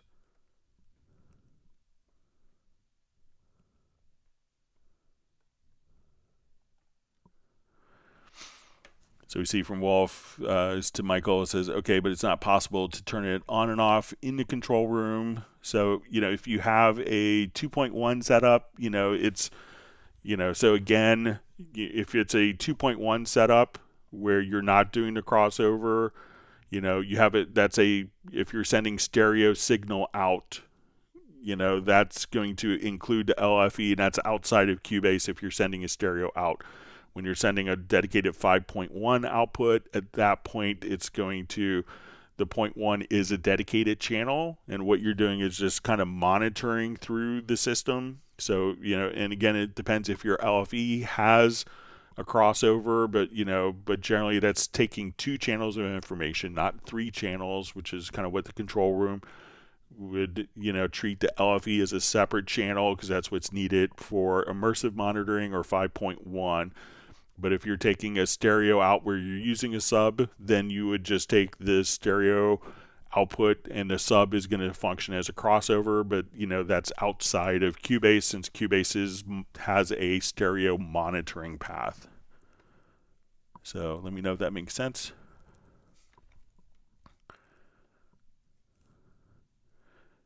All right, great to see Randy Lee from Texas on the live stream. Thanks for joining us. See, Michael Teams is giving him 1 gallon of banana nut bread ice cream. It's very generous.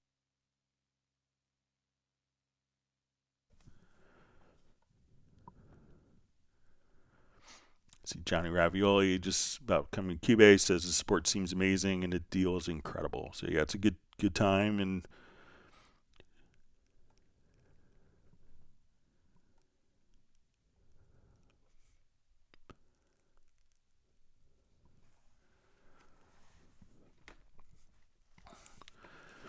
all right, so we see Parabot 2 says, hi Greg, I have a 32 key complete keyboard, and a friend said I could download a file and add it to the sampler control area so all the features work on Cubase. Can you demonstrate how to do this? So I don't have that particular controller, but it's probably not in the sampler control, but probably in the MIDI remote. So like when I come over here, I could have different MIDI remotes. So I could have a, like a Nectar controller.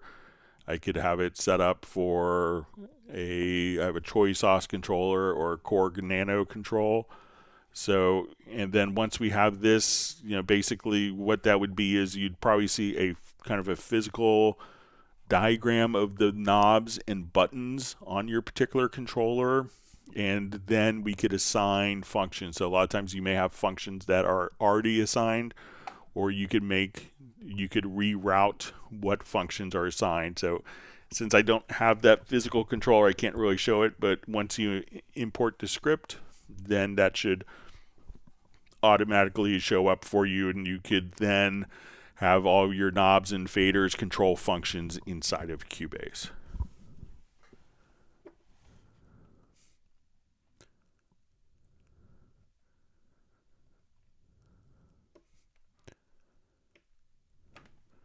All right, so we see from Motive, says, thank you, Greg. So you're welcome. Glad to help. You see Jazz Dudes posted the link for the custom remote script for the Control M32. Thank you for doing that, Jazz Dude. He's so good.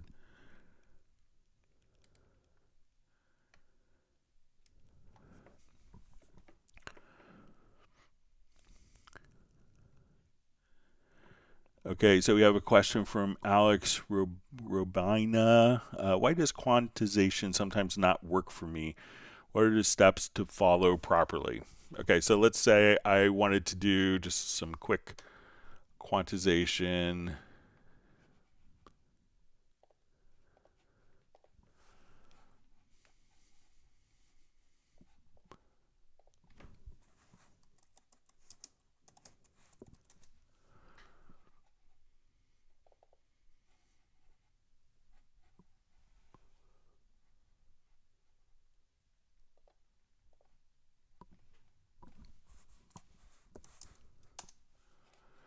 Okay, so I want to do I'm a horrible keyboard player, so let's say I want to do some quantization here.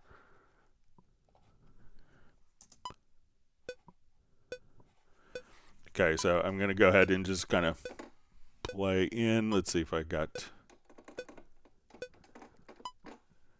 should be hearing, let me just check my routing here. I'll just get to a different project.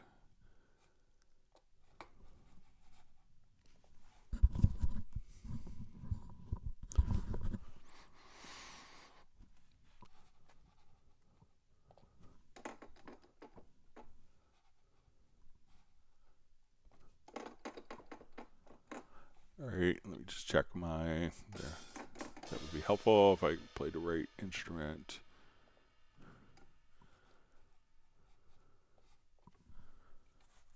Okay, so now let's say I wanted to just sequence using this, so we'll turn on our click track.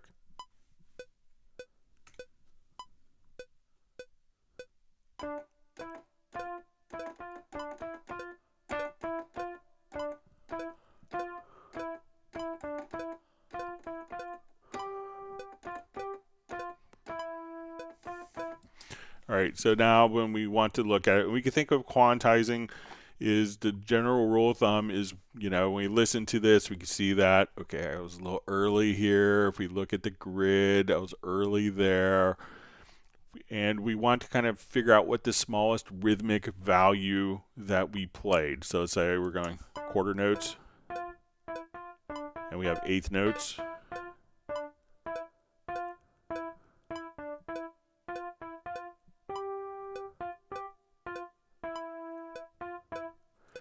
So the smallest rhythmic value I played was an eighth note. So that's probably the rhythmic value that I want to quantize to. So if I quantize this to quarter notes and we select all the events, everything that was da da da da da da is now. Now, if you make a mistake, one of the great things with the quantizing Cubase is you always go back and quantize to the original data. So even if I did this again and say, okay, I want to quantize now to an eighth note instead, that when I quantize, that we could come over and, oh, sorry about that. So the smallest rhythmic value I have here is the eighth note. So at this point, we'll say, let's quantize, and not to quarter, but to eighth notes. And now that we listen to it,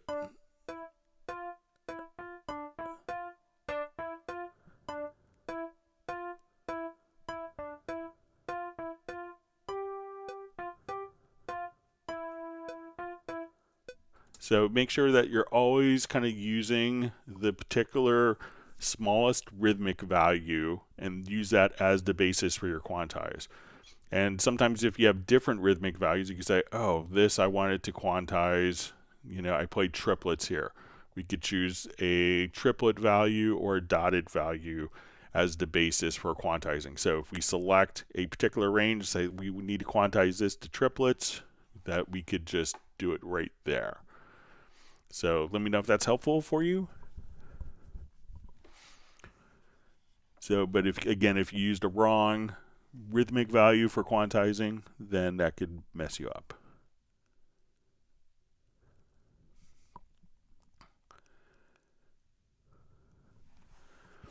All right, so we see Val just says, hey Greg, did you have any luck finding infos about Magneto 2? I'm using it basically on every track, so I really wonder about it. So I haven't heard back yet, but I do have a meeting maybe later in the week or early next week, so I may have an answer. So I'll see if I can find out for you again.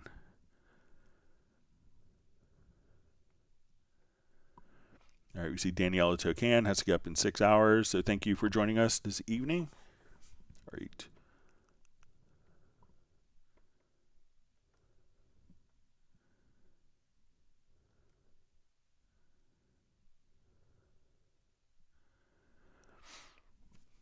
All right, so we see Wolf just says, hi Greg, thanks, but how can you control the sub in a 2.1 system?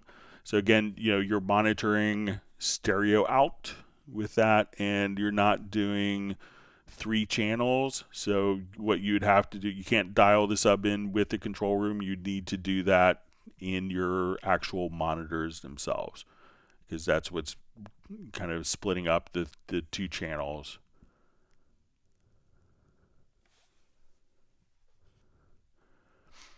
All right, so we see Soren just says he has a button on his Stream Deck to go to next QMix already. So yeah, give that a shot.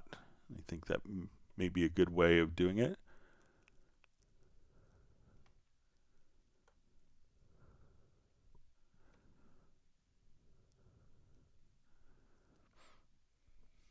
All right, reading through comments. Thanks for all the great questions from everyone.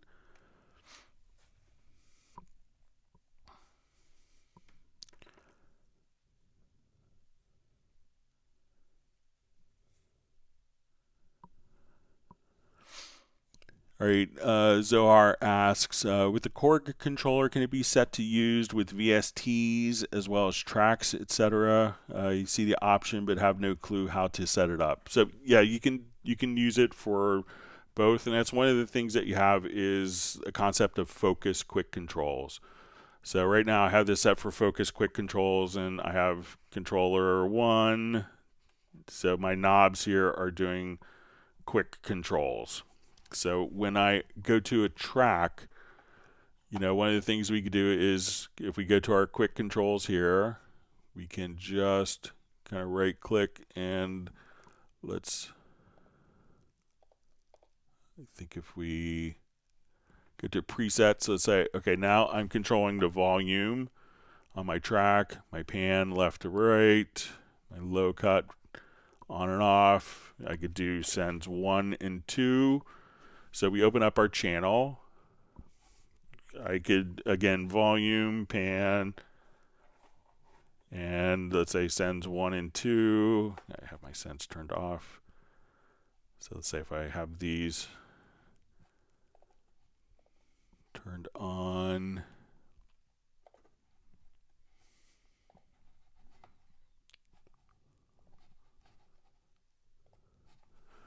Okay, so now at this point, I could control these various parameters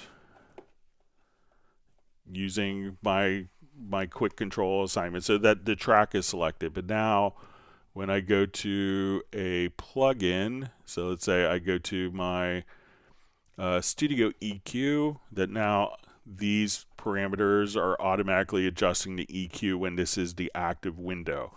If I go to my VST bass amp, I can come over and just say, let's go to distortion, and let's go to the VST bass amp. Now, since this is the active window, it's controlling these parameters.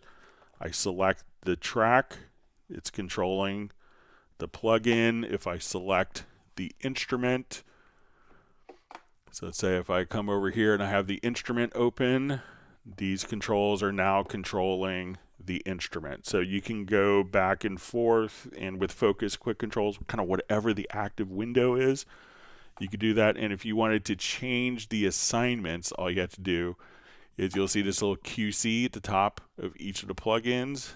And then you could say, oh, for this parameter, I wanted something different. So I want to turn this knob on and off with that particular switch. So we could learn that function. So quick control 1 will now turn on that EQ knob on the VST bass amp. So you could assign the different settings very easily for each of those. And whatever is the active window, those 8 parameters, 8 knobs are going to control those 8 defined parameters, but they're kind of automatically assigned for you as well.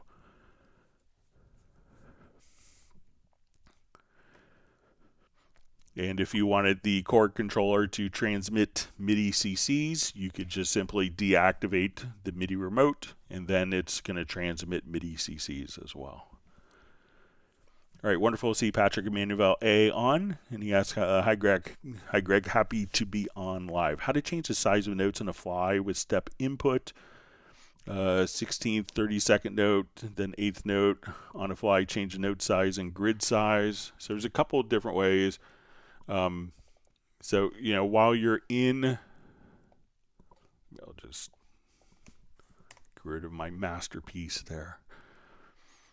Okay, so you can, set up different rhythmic values just, from even like MIDI remote. So let's say if I'm here and I want to set the input size, I'll just switch this. So let's say, okay, I want this to be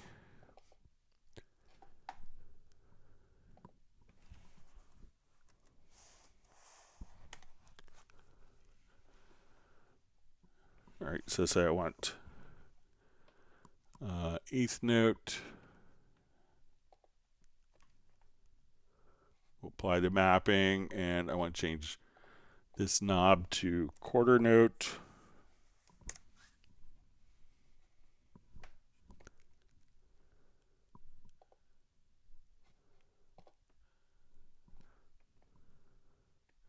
And let's say this knob to 16th.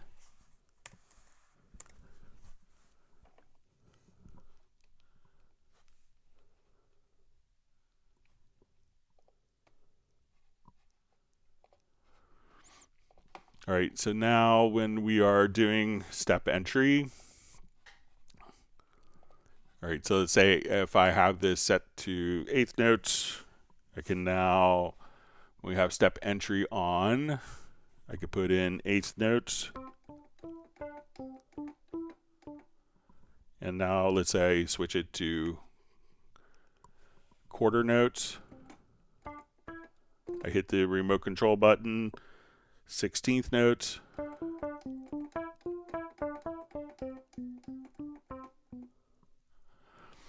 But you could also, and one of the great things is once we have this, I could also hold down the note, and it doesn't accept until I release the note. So let's say we're back to quarter notes, and I come right here, we'll zoom in a bit. So I'm going to say we're in quarter note, so as I hit a note, when I release it, that's when it puts the quarter note in. Okay, if I undo that, I could come over here and say, hit my left and right arrow keys, and I could just change the lengths. So I want that to be a quarter note. Let go, it's a quarter note. Let go, and let's say I want to do a whole note. So I'm going to hit the right arrow key. So if I have this, if I'm kind of starting off with 16th notes,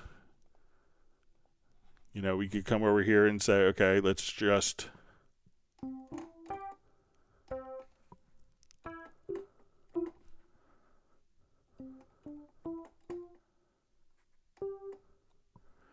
then we could just hold down the particular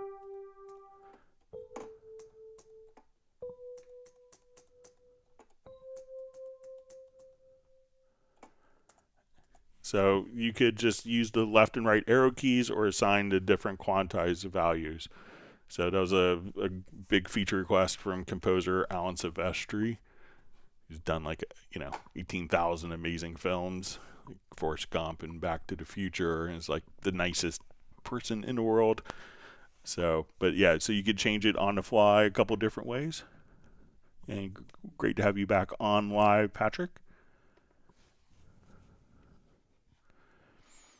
Always great to see Lawrence Koch from Barn Door Recording from Rhode Island. Glad you can make it today.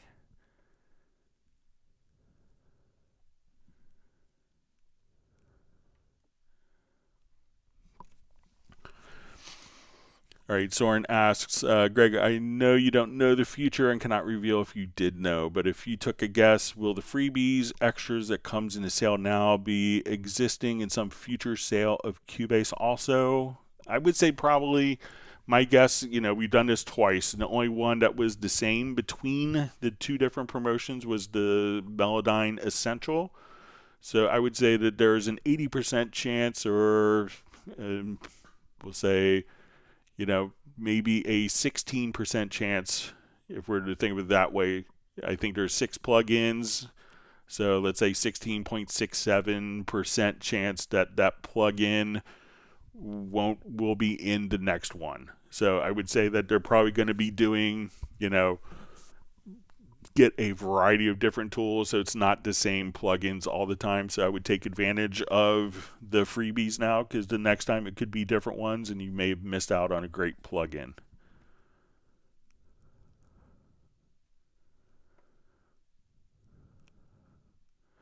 So, and you have to redeem them before the end of the month. All right, so we see Sable Winters, who's driving by to say hi, and she's hit the like button at number 48. Thanks for joining us, Sable. All right.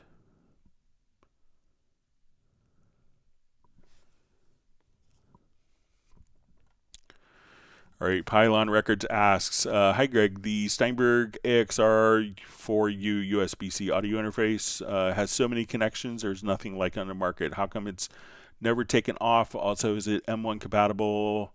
Is this made by Army? Thanks. So it's not made by Army, it's manufactured by Yamaha.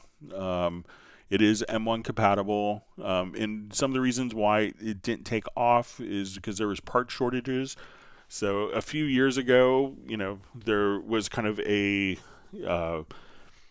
this is an actual real supply chain issue. So a lot of the audio interfaces were using components made by a company called AKM, which made the most of the converters for audio interfaces. So AKM made the converters for the 32-bit 384K converters that are in the AXR4U. So it's kind of really bleeding edge converters. Their factory burned down. You could read about it online. So their Chinese factory burned down, and they weren't really able to get that factory resuscitated. So there was a lot of times when, there was a period of time when a lot of audio interfaces, the companies had their supplies of components, but the components were being made by AKM, and those components dried up. So that's probably why it's not as frequently used, but a lot of high-end audio interfaces, in comparison to sales, aren't nearly as strong as like a 2-in, 2-out interface can sell like 100 times more than one high-end audio interface. So I guess it's like, to quote my friend John Devins, the air at the top can be thinner. So the air at the top of the mountain is thinner. But yeah, it is a wonderful interface, and that's why I use in my personal studio.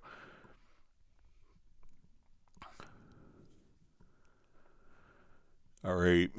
Benoit just says hi from France. No question, just learning and about to cross grade. So yeah, feel free to ask any questions. We're happy to have you in the Steinberg family. It seems like there's lots of people cross grading and migrating to Cubase from other programs as subscriptions get implemented, and subscription prices tend to never go down, and some companies are raising their subscription prices. So we like owning our software. I do.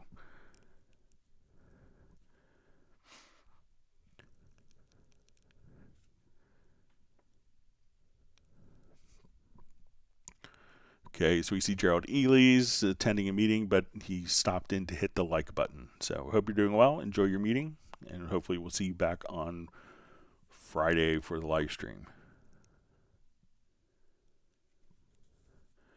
So Parabot 2 just asked, so the Chord Nano Control has a script you can import into Cubase. That is so helpful. Never knew it could do so much. So yeah, the Chord Nano Control is automatically recognized by Cubase. So some of the scripts, you just connect it and it's automatically turned on, engaged, and ready to go. And the Chord Nano Control 2 is one of those. I'd say it's probably the best $79 I've spent in my studio for a long time. So I hate having to necessarily buy new studio furniture to accommodate a control surface. So this actually fits right between my computer keyboard and my MIDI keyboard, and it's been just great. I'm a fan of it personally.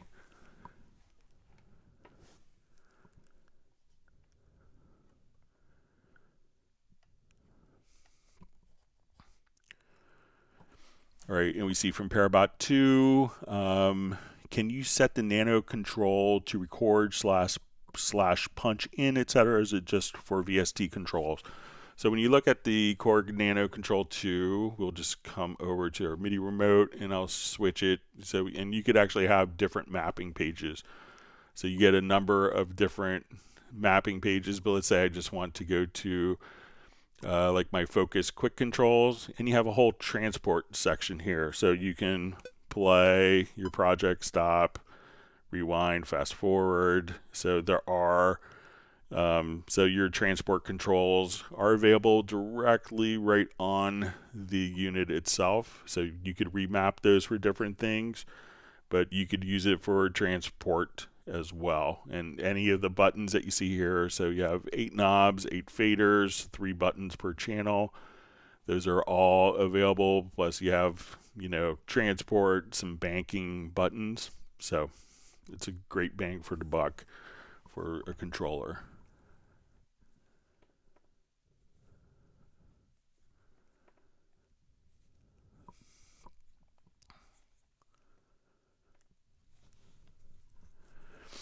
Okay, so we see from RYYV, maybe Riv, can I have guitar pedals remember presets on MIDI tracks? So if the guitar can, so I'm not sure if it's like an actual physical guitar pedal.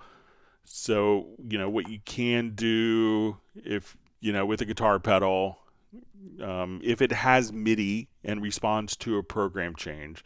So not a lot of guitar pedals do. Some may do it now that have like USB connections and could, usually like a multi-effects processor, often used in guitars, can switch sounds, and you would come over to a MIDI track, and what they would do is we'll say, okay, this is going to be my guitar effects unit, and different presets could be switched by using program changes. So if you come over here, we could go to the MIDI editor.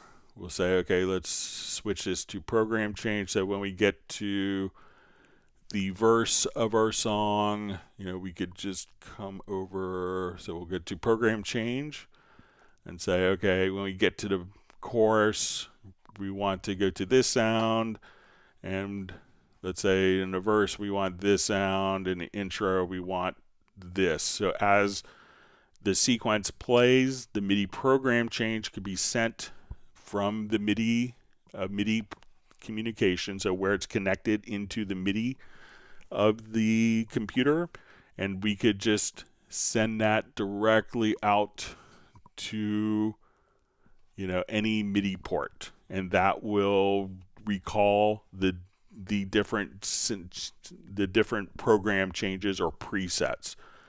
Most pedals don't necessarily have presets, but what you can do is actually just take a picture of the pedal.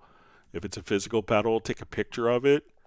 You could go to your track pictures here, and at this point go to user, and you could just take a picture of your pedal, import it into your Cubase project, and just have the settings actually stored within your Cubase project as well. So that could be a different route. There's also track notes. So if you wanted to go to the notepad, you could go to the guitar pedal. So let's say we come over here to the project notepad. So you could say, gain 2 o'clock.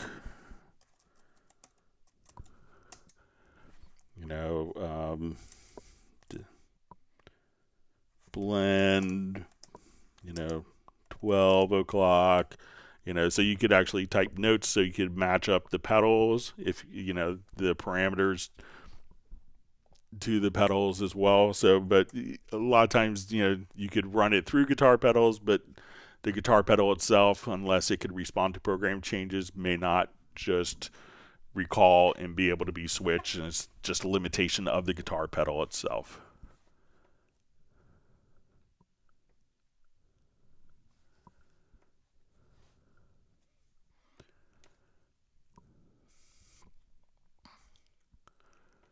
Okay, so we see Boss.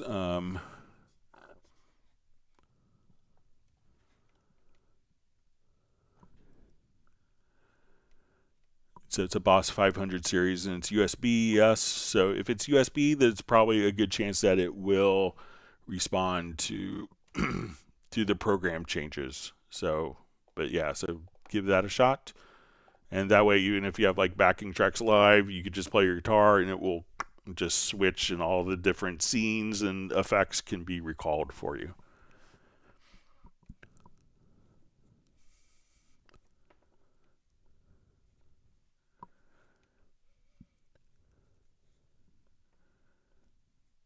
Okay, so we see a question. Out of curiosity, do you maybe know someone mixing for Daryl Hall? So not off the top of my head, I could see who is. I'm not sure if it's mixing the records or mixing live shows, like live stuff, or the content from Daryl's house. So, but I could look up to see who's doing it, but not off the top of my head.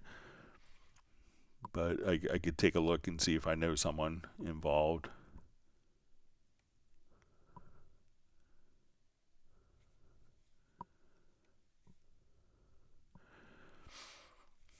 All right, so we have John Tyler checking in from Milwaukee. Thanks for being online with us today. All right, so we have a follow-up question. Are you aware of what other DAWs are that now utilize all performance and efficiency cores? So I haven't kept up. I saw one video, and I think it was just Cubase and Reaper at the time that were doing it, but I'm not sure if the other companies have updated. I don't have licenses for other DAWs, but I know the Cubase and Nuendo do, and they took a lot of time and effort to make that work. So, but you could maybe check with each of the companies and see, but I don't have licenses for the other DAWs. Don't really feel a need to.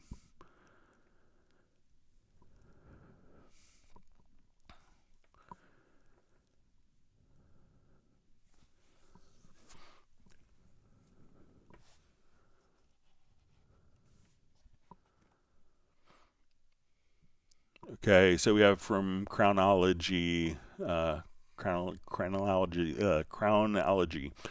Hey Greg, I'm using my Yamaha MX49 as a MIDI controller for Cubase Elements 10.5, but recently I've updated my computer. The VSTs I play just won't work, even with there being MIDI inactivity help. All right, so if you see MIDI inactivity here, and you'll see this in the lower right-hand corner when you hit the keys, you'll see like when I hit the key, a little light turns on and off. So that means that we have MIDI communication. All right, so that's a good thing. So if we have a particular instrument, I select the instrument, should be able to hear that. Now, if we don't hear that, we want to make sure, because sometimes you could use the surface for I know a lot of the Yamaha keyboards. Let me clear my throat. I know that a lot of the Yamaha keyboards will have like transport controls, and you have like 4 knobs that you could use for your control surface. So try going to your studio setup and go to the MIDI port setup, and you may notice, we'll see if you actually have any of these controllers that are kind of set up for, so you may see multiple controllers. Like my Panorama P4, I have, multiple MIDI ports. So I think you'll see the same thing once you're connected to USB, and I think you mentioned, all right. So first thing is, within the Yamaha keyboard, make sure that, it's set to transmit to USB, or you could have it also set to transmit via the standard 5-port MIDI, 5-pin DIN MIDI connection. So you probably want to set the communication over USB. Make sure that, check to see if you have these particular, if you have like a control surface, something like a little script here that may say like Yamaha MX49, or if you're using it as a Mackie control, that you don't have any control surfaces set up here for the Mackie control. So like these aren't being set with your Yamaha as the input or output, because if we have your Yamaha being the input or output of a Mackie control, that will kind of hijack the MIDI communication with that. So if you don't see any generic remote, Mackie control, other settings here that are being utilized for the Yamaha, that's a good sign. Then we want to make sure that we see all MIDI inputs as our input source. So if I come here and I set this to my Choice OS controller, my Nectar can't play. Now if we look at, again, go to the studio setup, and we could say when we go to our MIDI port setup, we could see what particular devices are listed in all MIDI inputs. So if you're using in all MIDI inputs, make sure that your Yamaha is listed here. Sometimes you may not want to have the control functionality listed if you're doing transport, or when you hit the play or stop, you may hear a MIDI note. So you could, if it's not working in all MIDI inputs, so if we have all MIDI inputs, try just to come here and select your Panorama, your Yamaha MX49. Now, if we have the instrument loaded up and we hear the sounds, we can isolate and see that it's a MIDI communication problem. So when I hit the keys, we should see it visually on like an instrument like Halley and Sonic. We should see those keys coming down. Now, there is a preference that could also kind of decouple the MIDI communication from the program. So one to check also is to come over here to your preferences, and let's go to, I think it's going to be under editing MIDI, or maybe just under MIDI. Yeah, so go to just MIDI here and make sure that MIDI through active is turned on. Otherwise MIDI can come in, but it's not going to the device because we're not sending the MIDI through. So, and sometimes you may do that for live performance. So go to preferences and also check MIDI, and that the MIDI through active is turned on. And now you should be able to just kind of play that. And also one way to check to see if it's a problem with Cubase or if it's a MIDI communication problem is if you hit Alt or Option plus the letter K, like keyboard. You can now click here, and you should be able to play the different sounds right from there if we have it set to all MIDI inputs. And you could use like your actual computer keys like Q, W, E, R, T, Y, U, I.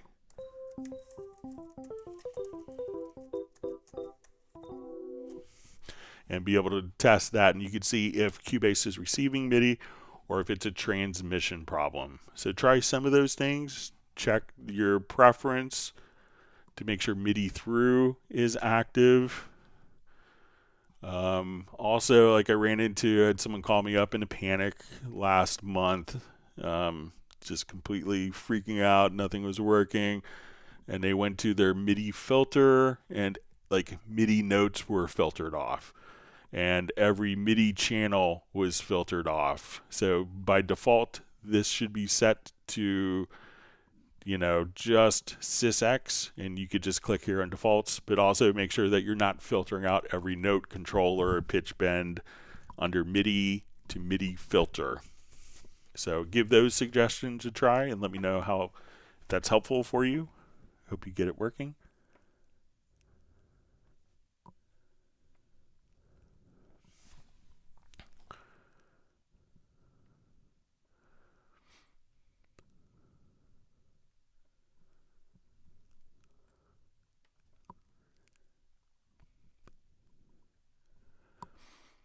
All right, so we have a question from Zohar. It says, for some reason, the Chord controller doesn't work the way you've shown it. It's only controlling the mixer.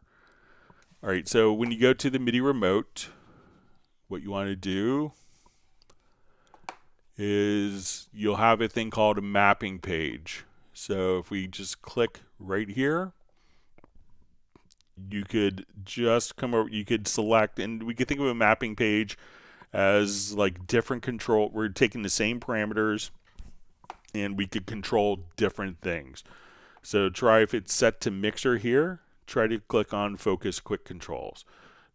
Try to go to selected track and see if that will allow you to kind of switch which parameters it's working with. So try that and let me know, Zohar.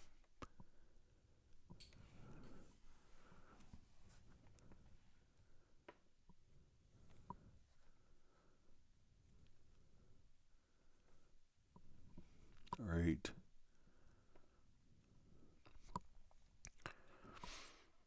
All right. See, John Tyler asked, what does ASIO-Guard meter measure exactly? All right. So when we look at our meters here,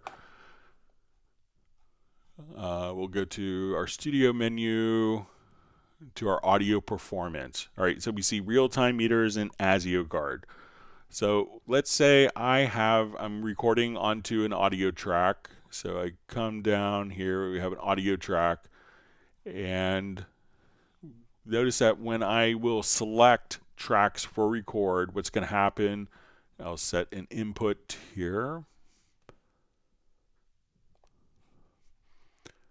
Okay, so when we select an input, I'm going to, let's say, add a track, a plug-in on this track. So we can think of the ASIO-Guard is, what we can do with the ASIO-Guard is instead of running every track at low latency, we may go, okay, really what's critical is the track that's record enabled or monitored, that track run in low latency, and the other tracks run in kind of a hybrid approach. And the hybrid approach is the other tracks that aren't being recorded to or monitored currently, those tracks will run at a lower latency.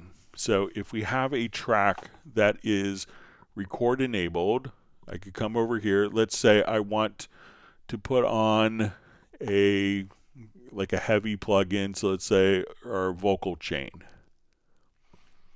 Okay, so I'm going to turn on my vocal chain. Let's say warm tube vocal. All right, so we'll notice that if we added a number of these kind of heavier plugins, let's do a multi-band delay, or multi-tap delay rather.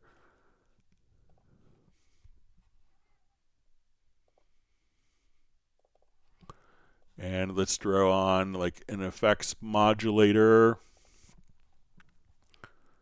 And some of these plugins can have multiple plugins within them. So we'll come over here to modulation.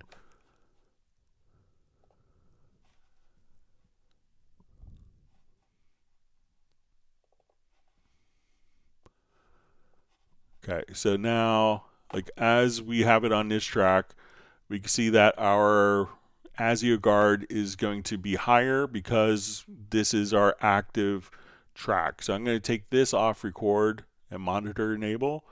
And notice that when we kind of come back, that this track, once it's record enabled, that the ASIO guard will kind of creep up. So that's just showing the particular plugins that are on that need to be, and they call it kind of like a prefetch, where they need to do more calculations to get the delay and the delay compensation and all the processing to happen. So those plugins that are running at, tracks that are record enabled will, that will turn on the actual. And you can see when I select a different track, we can see that change. So that's just showing you kind of the real time, the tracks that are currently record enabled, monitored, that need to do additional heavier processing versus plugins that are just playing back tracks and with plugins. So it doesn't have to run, the tracks that are just playing back can run at higher buffers and lower buffers for the tracks that are record enabled. And that's what that meter is showing you.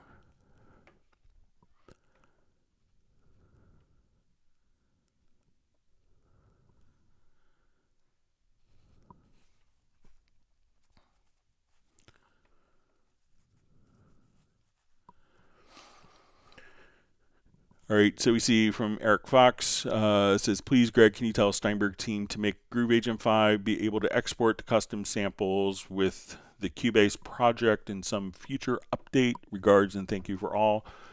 So, there's a couple, I've mentioned it to them, and there's been some discussions on, best practices if, should it be treated as a plugin, especially if it's treated as a plugin in other programs, or is it kind of go beyond a traditional plugin status when running in Cubase, or is that kind of negating it working in other DAWs for file management? What I see a lot of people do is, all the samples, I've seen some people will import all the samples into a track that they're going to be using for Groove Agent and just choose to, disable the track and then or hide the particular track. So that's one way. But if we have a custom Groove Agent kit here, so let's say we have a kit that we've made.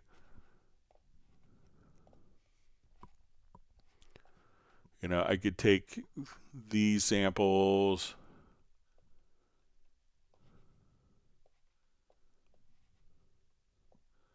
so now we have different samples on our pads here, and then if we just right click and export the kit with samples, that we could just archive this to my April 9th folder. So we could just store this within the particular project folder that we want it. So I can say, okay, we're going to name this, name of the project. We'll say April 9th, 2024. And now we could choose to export. And again, we could right click, export the kit with samples, and store it in your particular folder. So again, I'll say this is our project folder, hit OK.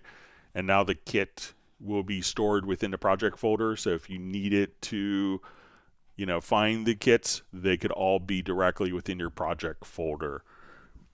if you wanted. But I'll continue to have more discussions to make it more obvious as well.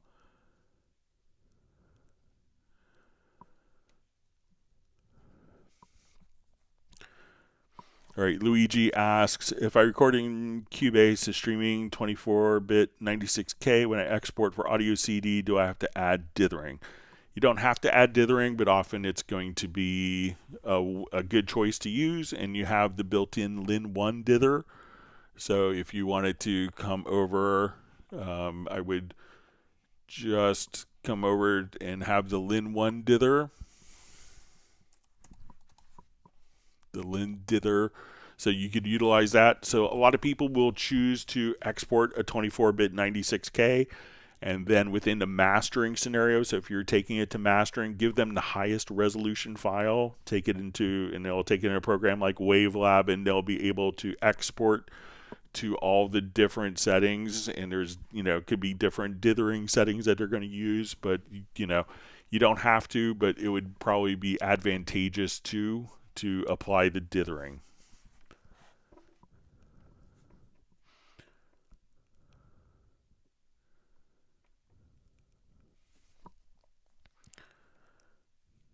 Okay, we see about Daryl Hall says, I'd love to know who they are working with these days, because I learned a lot by listening to things by Robert Fripp did for Sacred Songs for Daryl. Yeah, let's see if I can do some research on it. All right, always wonderful to see Michael Pierce from Grand Chapel Studios in England. Glad you can make it on today. All right, so we see from Keith Young, hello Greg, just a thought, understand you're a bass player. What processing do you use or recommend for sustain or an all-around sound that sets well in the mix? Thank you. I generally don't use any processing whatsoever. I just go my bass directly into my AXR4U, and I find that it sounds great. I prefer active electronics personally. There's a lot of, and we had a discussion with this with Chuck Ainley, and I think it was John Costigan was asking about, how to, any tips on working with a bass part with flat wound strings, which are kind of duller, maybe, what you would think of a classic Motown or 60s type vibe where there's not a lot of high end. And, one of the things I said, and something I shared with John, is that a lot of times, what sounds great on a bass soloed may not work well in a track. But, it could sound awful by itself. Like, I think a lot of, if you listen to a lot of the James Jamerson, who's a phenomenal bass player, did just mind-boggling, things for pop music bass playing with all the Motown stuff. If you listen to his tone notes, not really good. It wouldn't really hold the test of time, but it works so well in context of the songs. But isolated, it's, it could be really not so great. Like I wouldn't go to a gig with a sound like that. If I showed up at a gig, everyone would give me kind of a weird look if my bass sounded like that. So it may work well in the context of a mix, but it may not sound great soloed, and that's perfectly fine. So it's always, to me, in context of the song, how does the bass fit? But I tend to use, I may rely more on the back pickup.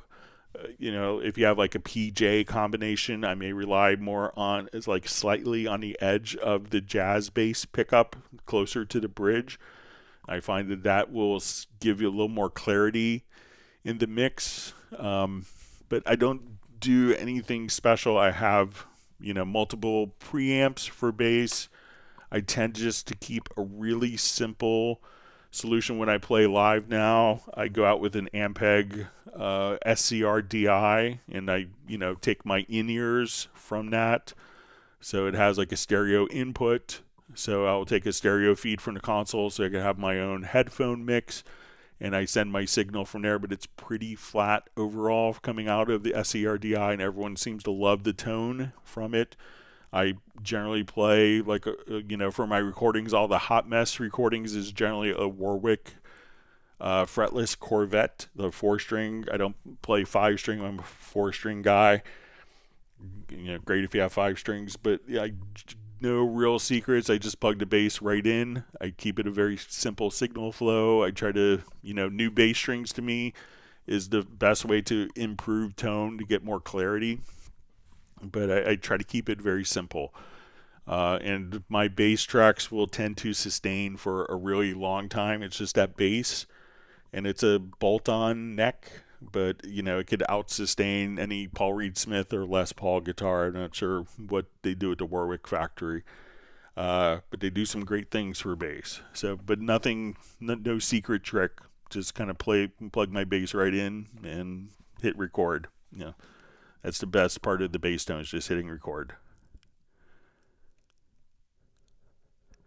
All right, and we hope you're doing well, Keith. Thanks for coming on. All right, we have Roger Cabo on. All right, my chat field just jumped.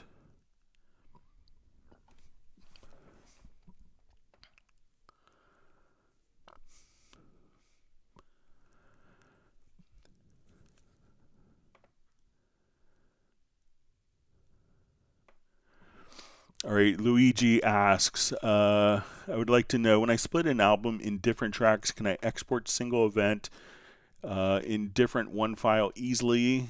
Thanks. Yeah, so we'll show you how to do that. So we could do this kind of utilizing cycle markers. So let's pretend this was a long live recording. I don't think I have any examples right on my computer, but let's take a look.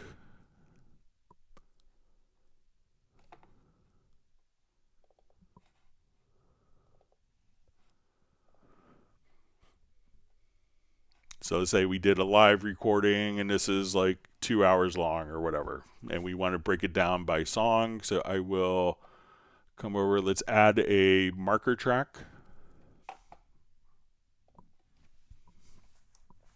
Okay, and we'll call this songs for the marker.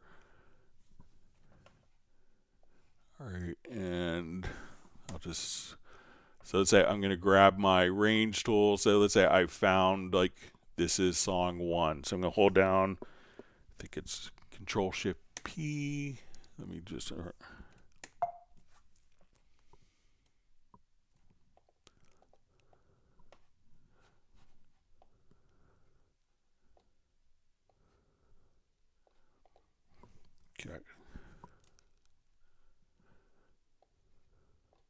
All right, so I'm just holding down Control and Shift, and I drag. So let's say this is song 1. And song 2, so I'm hold down Control or Command and drag. So let's say this is song 2. And this, when I hold down the Shift key, it allows me to kind of put the name in automatically. And that was added in 13. So let's say there's a little audience chit chat. All right, but the song starts. Let me just undo that. So let's say the song starts right there and goes to there. Song 3. So we could just kind of break down our songs along these lines. All right, so now when I want to export these, all you have to do is say, we'll go to our file menu to export audio mixdown. We'll come over here to our cycle markers, and we'll say, okay, we want to export cycles 1 through 4. So now we're going to do a stereo mixdown. I'm going to put these into an audio track. So I'm going to say, let's export.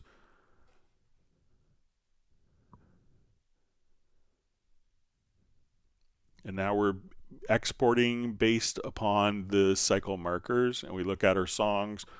They're all just kind of laid out for song 1, 2, 3, 4, etc.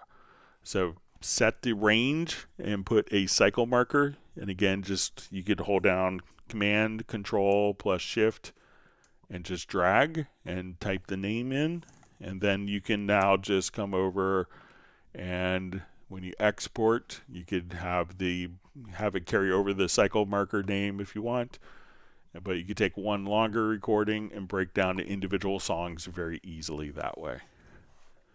So let me know if that's helpful, Luigi.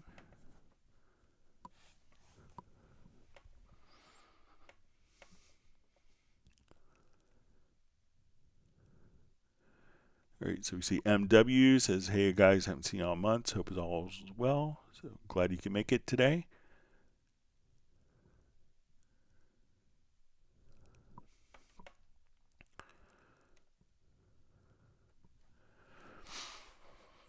All right, Barrett just says, question, sidechain is not working in Cubase Pro 13. I can't see all of my inputs when trying to add.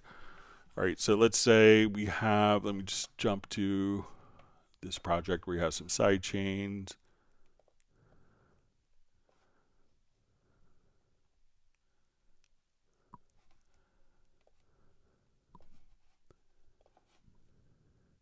There could be some sidechain routing scenarios that could create a feedback loop. And if that's the case, then you won't be able to necessarily see them as available inputs. But so if we are trying to do a sidechain on, let's say if we have this routed to a group track,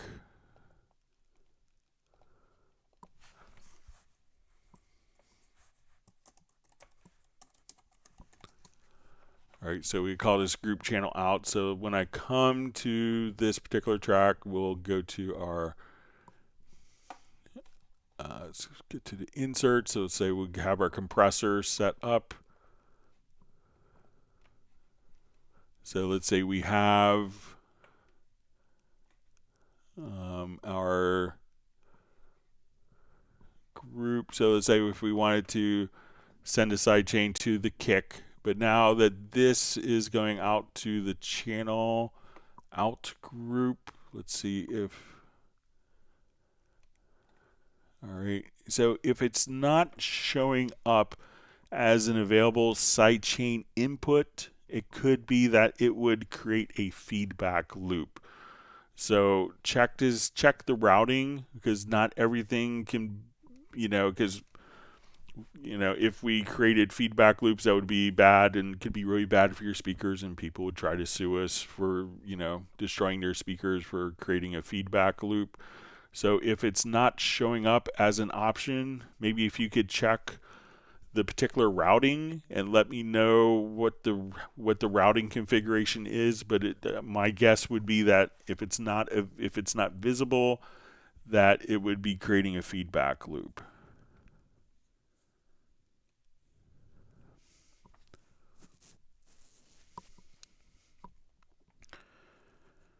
All right, so I have a question. Is it possible to MIDI remote the Atmos panner? Let's give it a shot.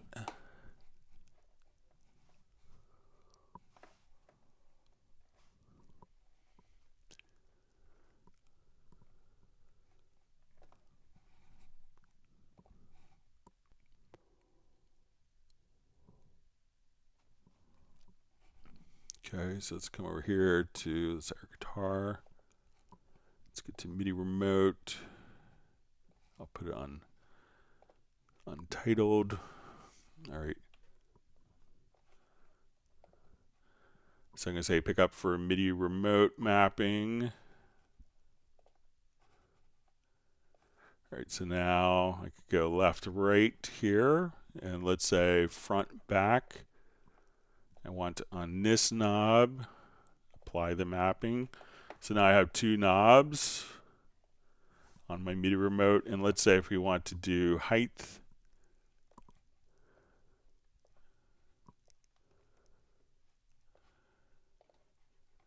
I'll put this for my third knob, and we will apply the mapping. All right, so now I'm going to take these first three knobs and control the height. So I need three different knobs to do this, but we could definitely just kind of work between those three knobs like so. And then if you wanted to have another one that did rotation, so let's say if I come here, pick up for MIDI remote, double click. So now I could rotate the Z axis, or let's say that. So let's say this I want controller, my fifth knob to control. So again, let's see if we could. So you could also set it up as quick controls, but yeah, you can just kind of set those up, have all sorts of fun.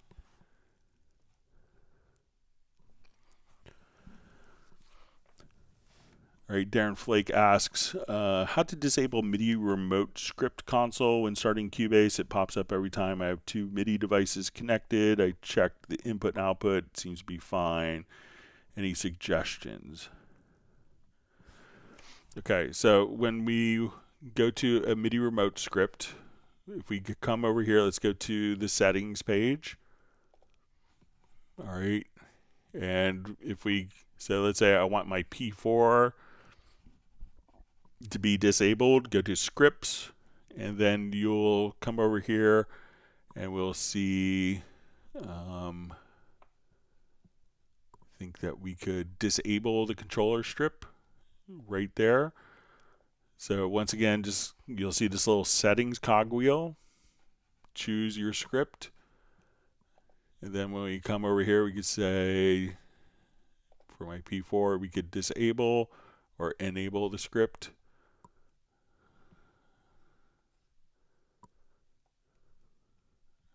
So just try that.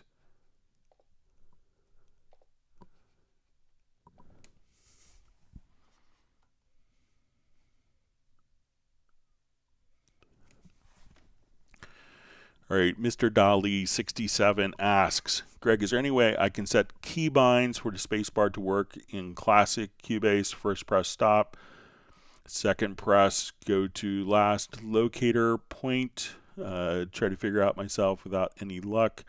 So you could come over, and if you use the, not the spacebar, but let's say you use the, I'll just move this over here. Just use the 0 key. So let's say on the numeric keypad. So if you have a numeric keypad, which I always highly recommend, let's say I hit the enter for play. So now when I stop, and this may overwrite depending on, I'm just going to set my start mode here to not return to start position on stop. So let's say I hit the space bar. So the space bar is kind of on off. So if right now it's set to automatically continue on from that point, because we can think of the space bar as being kind of binary. It's playing or it's not playing. And we could choose to have the space bar return to the start position. So if we go to transport and it's on 13, we could choose to go to return to start position. So if I start playing right at measure 192 and I stop, it goes back to measure 192. Now what I personally do is not use the space bar. I use, and I'm going to just change the transport behavior here to disable that. So I use, let's see if this still works. So I'm going to hit play with the enter key. Then I stop once. It stops in place. I stop again. I hit the 0 key to stop. So first time, so play. The enter key is play. Then 0 will stop in place. Hit 0 again. It goes to the start position. So you could do it just kind of like that. So maybe if you used a numeric keypad, that you have, one button that stops. You hit it first time, it will stop in place, and hit it again, it goes to its return position. So it's not necessarily on off like the space bar, but kind of like classic Cubase. I hit stop, stops, I hit it again, we go back. So that's kind of the transport that I kind of still use since Atari days. And on there, if you hit the asterisk key, that's record, where you have the slash for setting up, loops, go to left and right locators 1 and 2. So I kind of use my right hand for transport on a numeric keypad. So try that. But if you wanted to change the behavior to go back and forth, you can come over to the start mode and turn on there. In earlier versions, like 12 and earlier, it's going to be a preference. So if we go to your preferences to transport, you can see the return to start position is a preference there. Always wonderful to see Tiago checking in from Brazil. Thanks for joining us. See Sable Winters, I scrambled her brain with an explanation. So now I don't know what it was, but it was 24 minutes ago.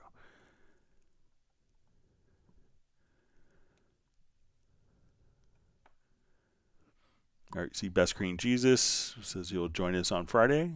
Thanks for being online today. He's going to demo Cubase 13 to decide, so I think you'll like it.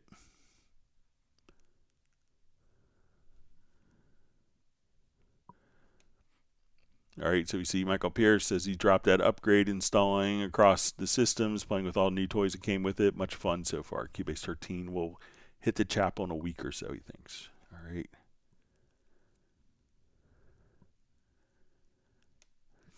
All right, you see Best Green Jesus is coming prepared to the best hair contest next meetup. I think that's fighting words to Michael Pierce. Always wins the best hair of the Zoom meetup.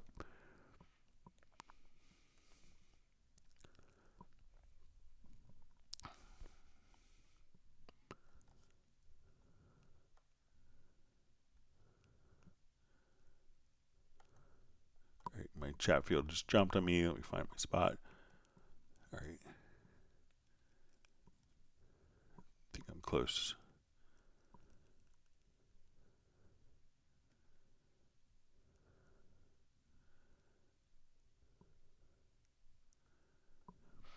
All right, see John Tyler's a fan of flats on his bass and uses the Labella low tension light gauge flats on both his P bass.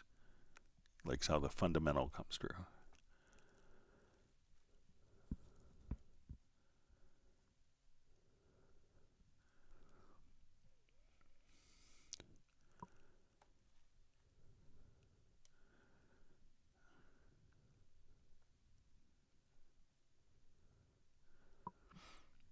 Okay, reading through comments. All right. Jazz Dude says, yes, no bots finally. YouTube seems to have gotten rid of them. So now you just curse. We've cursed it by mentioning it.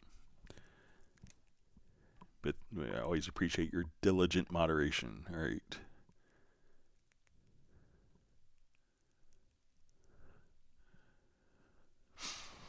All right, Sable Winters asks, Greg, why would someone dither down in mastering? I don't understand the value or scenario. So generally, like if you're sending it to someone for mastering, you always want to deliver the highest quality, the highest resolution files for them.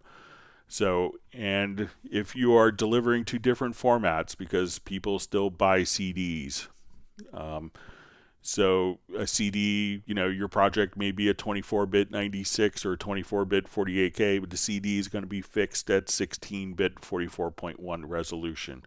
So if you want to deliver the CD, you have to, basically deliver a lower resolution file. And you want to include the dithering so that you could maintain kind of the higher sonic integrity of the file when you deliver of everything that you've worked with at higher resolution, so that could be kind of carried through to lower resolutions. So this way, depending, because multiple delivery formats and types of delivery mechanisms will have different requirements for what they do. So often we work, with a higher resolution. So probably, if you're watching Lord of the Rings, the resolution done for a big, huge screen in a theater, that quality is going to translate down to, when you watch it on your Roku box at home, when you watch it on your iPad, when you watch it on your phone. So, you want to work for the highest resolution possible to make sure that's working well. And then because it's easier to then translate that down to a higher quality for lower resolution delivery devices or formats or mediums.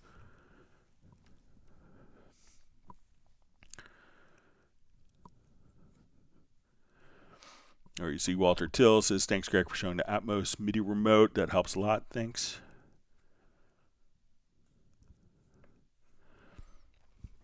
See Michael Pierce says, comment to Jazz Duties, borrowing an ambisonic mic. Has been by the coast for 3 days of test recording, but realized I'd set it up in the wrong mode. Still sounds quite cool, but this is a learning topic at the moment.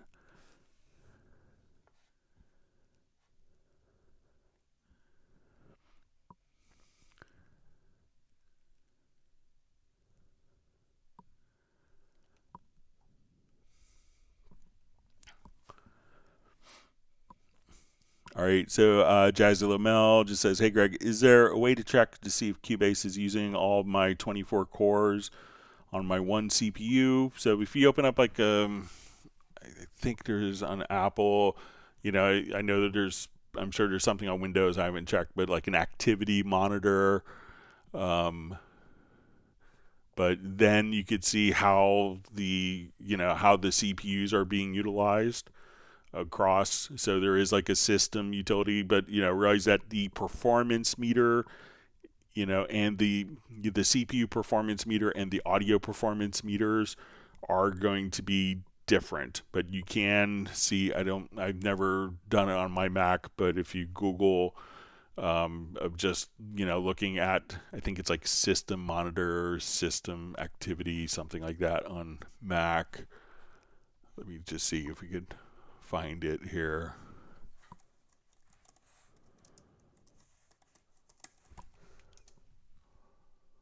If that's the right term for it or not. Let's just look at me like I'm dumb. All right.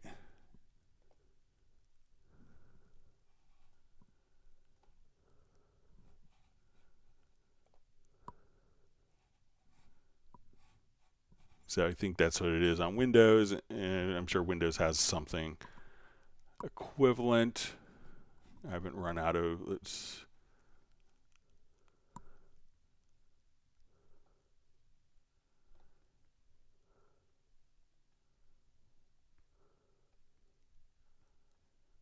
but there are just, so, but yeah, you can look within the operating system and see the core usage.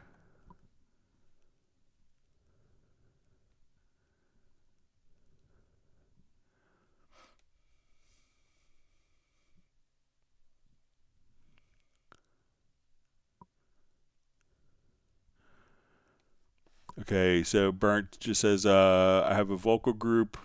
His question is, and this might be with the sidechain routing, I have a vocal group audio sent to one effects, send reverb using Steinberg compressor to duck the reverb to the dry vocal, but I can't see my vocal as an alternative. It's not showing up. Routing is okay. Okay, so let me just do a new project. We'll take a look.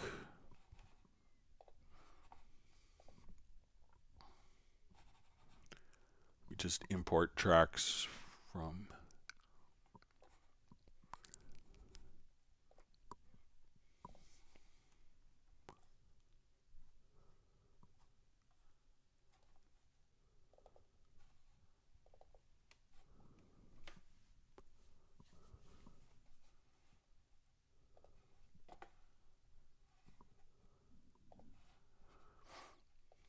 Okay, so let's say we have all of these vocal group audio. All right, so I'm going to send these to a group.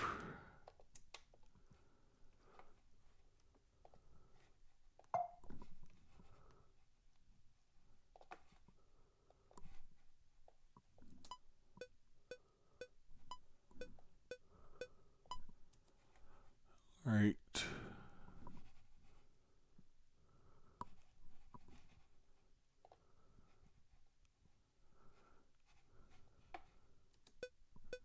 Now let me just change the routing here. Sorry about that.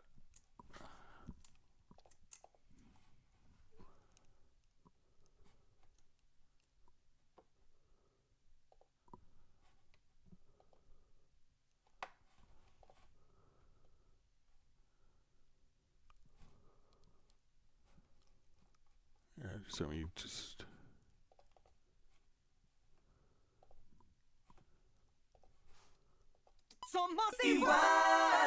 All right, so say these are all going to a group.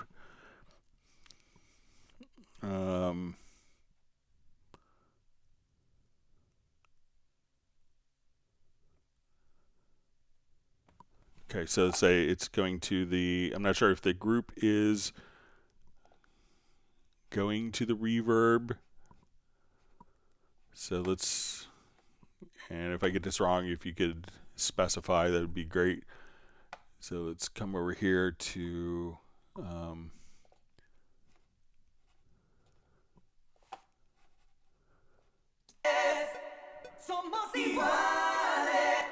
right, so that's wrong sample rate, but okay. So I have vocal group audio sent to one effects reverb using Steinberg compressor to duck the reverb to the drive vocal. Okay, so let's come over here. We have our effects send. Let's go to our, let's just say our compressor. Let's open that up and do the side chain.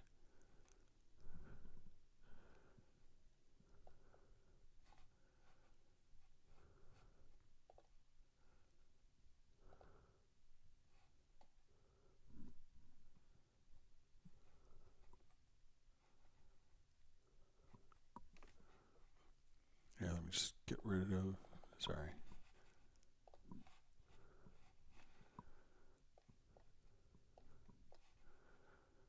Okay, so using a Steinberg compressor to duck the reverb to the drive vocal. All right, so let's say.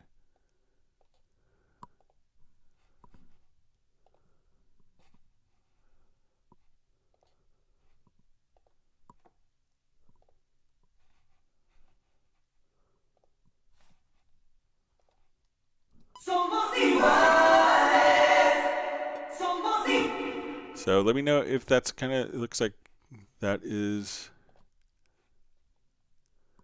looks like it adds.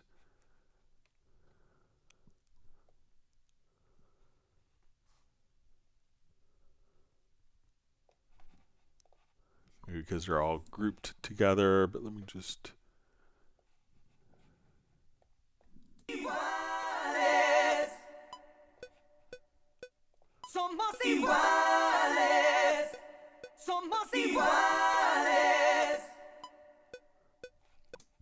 So it looks like that is kind of working as expected since they're all grouped, but let me know if I did it differently. But it looks like all the different sidechain sources, and could be because they're all contributing to the group, but it seems like that's working as expected. So, but let me know if you have it routed differently.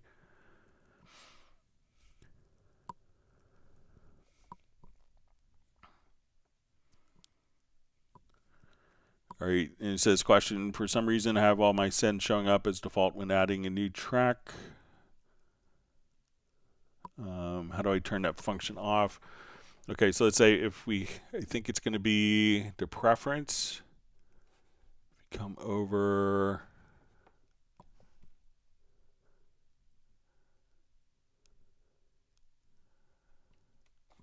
So go to your preferences to VST, and I think if you, so again, it's going to be, I have all my send showing up as default when adding a new track. How do I turn that function off? And I think if you uncheck connect sends automatically for each newly created channel, so uncheck that, then I think that will do the trick for you. So again, go to preferences, under VST, connect sends automatically for each newly created channel.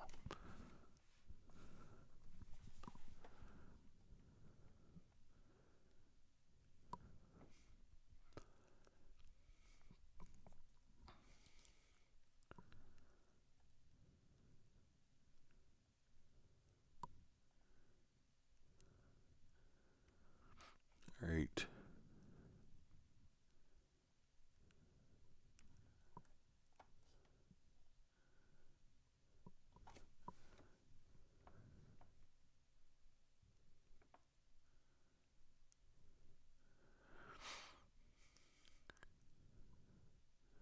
All right, so you see Mr. Dolly says, used to go to the left locator. If you pressed again, and it went to the start of the arrangement. So yeah, I think the behaviors change, but I'll just try it on a new project, and this is with the transport behaviors. Let's say if I'm here,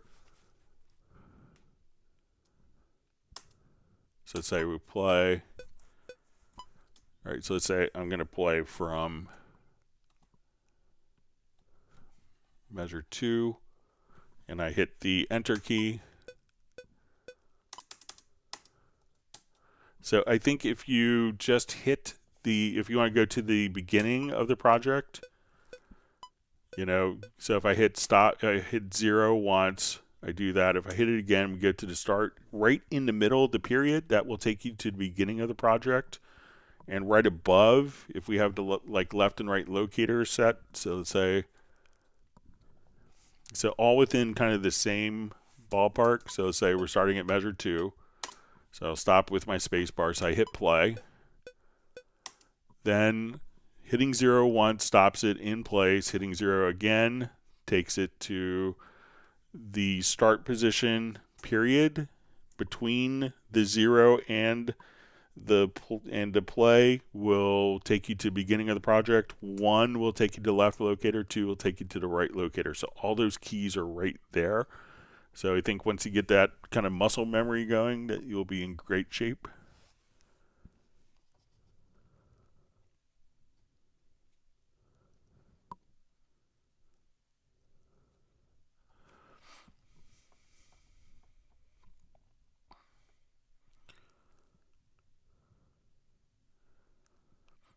All right.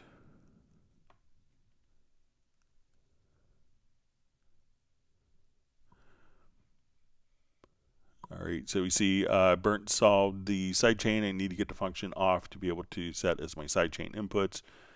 How to get rid of send showing up as default. Okay, so I think, yeah, so hopefully we solved that for you, Burnt.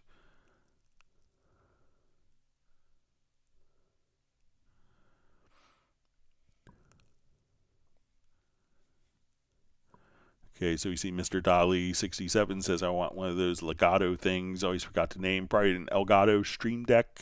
Yeah, so that they come in handy.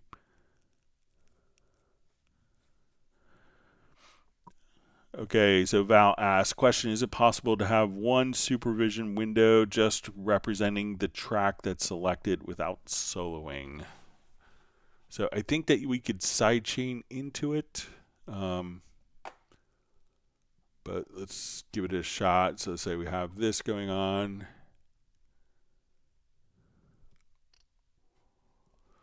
And if I have sidechain in my master input,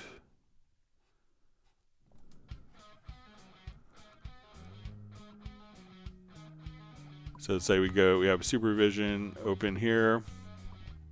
So let's look at maybe on spectrum bar. So say this is everything, but now I think we could just come over here and just say, just sidechain.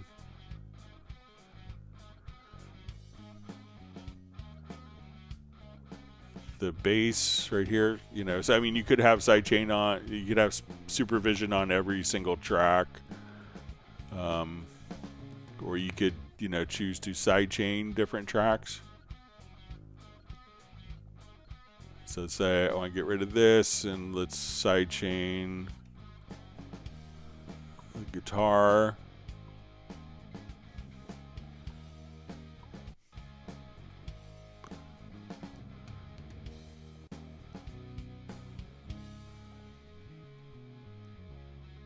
And at this point, you could say, okay, let's do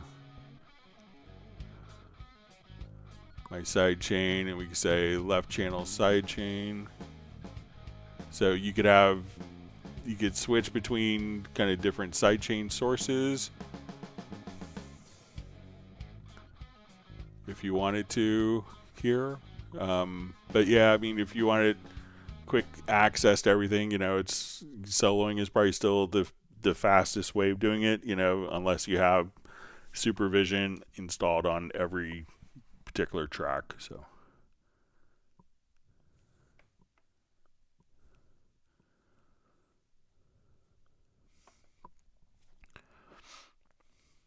All right, Darren Flake says how to automate CC11 MIDI note expression for piano. So generally, a lot of CC11, is kind of often more not for piano parts, but more for string parts. So if we have, let's say, I'll just add an instance of Hallian Sonic here. So, all right, so when we go to like a string part,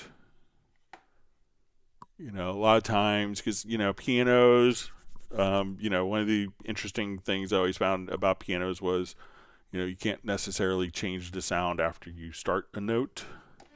So let's say if I have this for, I could use like a module, a MIDI CC to control the dynamics, because you could change the dynamics of like a string sound by bowing harder, or a wind instrument by blowing harder, or a brass instrument. But with pianos, you can't really get kind of the same factor. So if we go to piano, so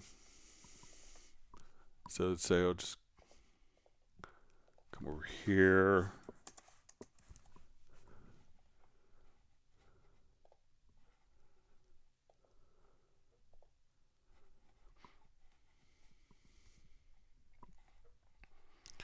All right, so it's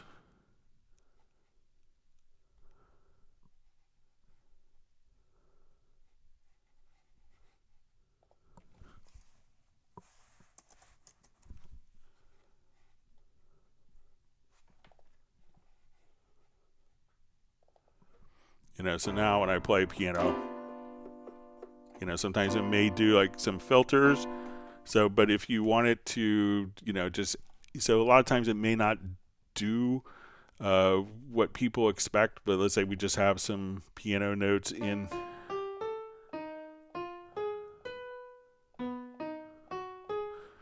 And all you'd have to do to edit the data is to come over here and say, okay, you want this to be MIDI expression. And at this point, you could just kind of draw it in, but it may not. So let's say as we play these notes.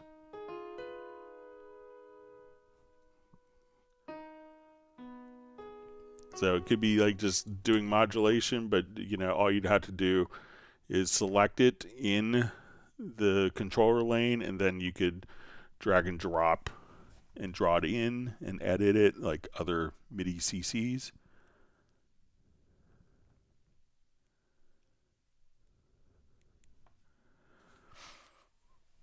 All right, Michael Team says, howdy Greg, putting in a marker track but can't rename the markers. The spot seems to have disappeared above the inspector description spot. All right, so let's say if we have some markers here, so you may have to have the marker selected before you can see the, sorry about that, it's incredibly confusing. All right, hit the wrong keys. So you may not see it until an actual marker is selected to name. So if no marker is selected, it'll be blank. Once it's selected, then you could type in the marker name. So let me know if that works for you, Michael. So no marker selected, no field visible. When you select it, the field is visible.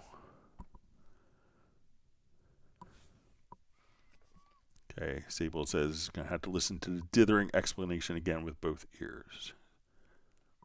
Maybe it's the dithering that's making it not clear from my point, so our people understand. Jazz Dude has 63 tabs open in his browser. Yeah, I get to be bad like that too. So sometimes wonder if it's actually a good thing having multiple tabs open, if keep reopening the same tabs because you can't find them quickly.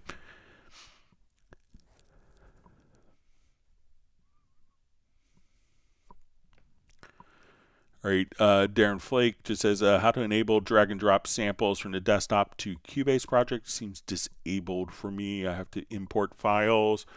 So, if you just, come over and let's say you choose to import the files, we could just do that right here. So if you import audio files, you can go to your desktop and drag and drop. You could also go from your MediaBay. If you come here to File Browser and choose your desktop, you can see all of your files to drag in. When I hear people talk about this mention is they may have to change the administrator rights for Cubase. I think if you turn, try right-clicking on the Cubase icon and toggling the administrator status. So if it's running as administrator, turn it off.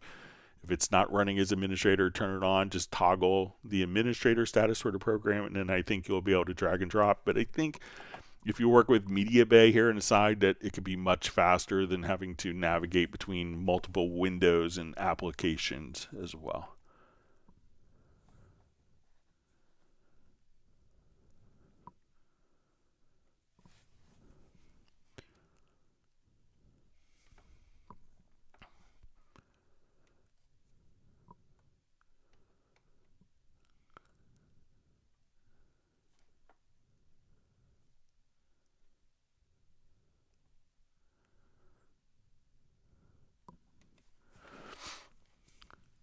All right. So we have, all right, from Keith Young says, in our question, please, audio clipping meter, how to make it bigger and how to quickly identify what's clipping. Thank you. So let's say if we have this as our project and we have some different parts that are clipping, I'll just revert to this.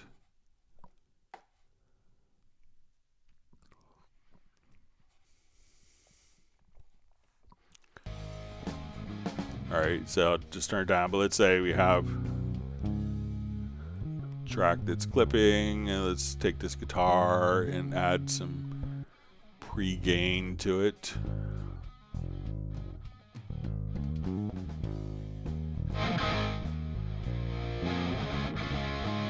I'll just turn down.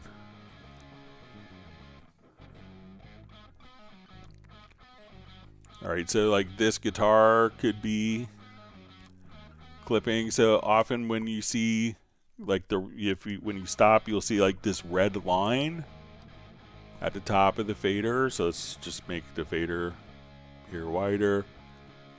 So like as you look at it, we can see like where we have those red lines that would indicate clipping on the channel.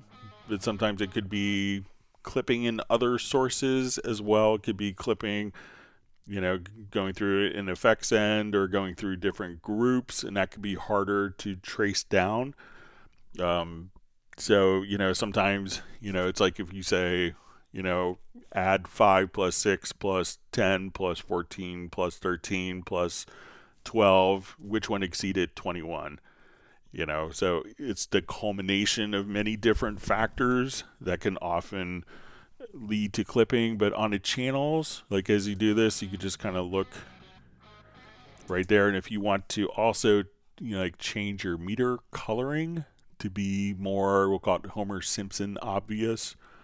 If you go to your preferences, go to your metering appearance, you could set up like, okay, at minus 2 dB, I want this to be like annoyingly red. So that as we are doing this, we'll say, okay, we'll apply, hit OK.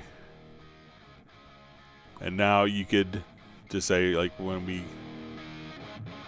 get to a particular level, you could change the meter colors to make it a bit more obvious as well. And again, you could do that by going to preferences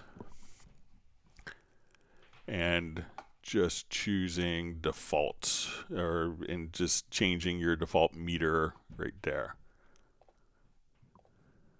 So let me know if that's helpful for you.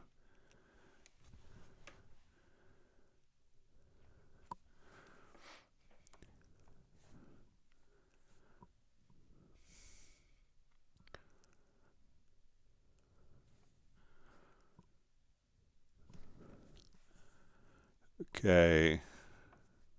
See, Roger Cabo says he was like number 99.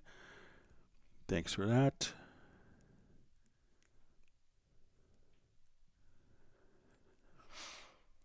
All right, Robert Moyle asks, hi Greg, do you know if it's possible to program a Stream Deck to open and close individual plugins on a selected track? So I think you could do it through generic remote. So let's come over to a generic remote. So let's say on this, I have on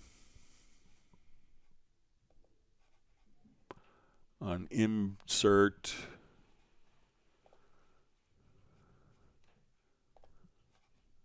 so say 1, 2, 3, 4, 5, 6, 7. All right. So if we wanted to do this, let's say on our selected track, and let's say I go here and I want to open black valve, and let's say that's on both on 7.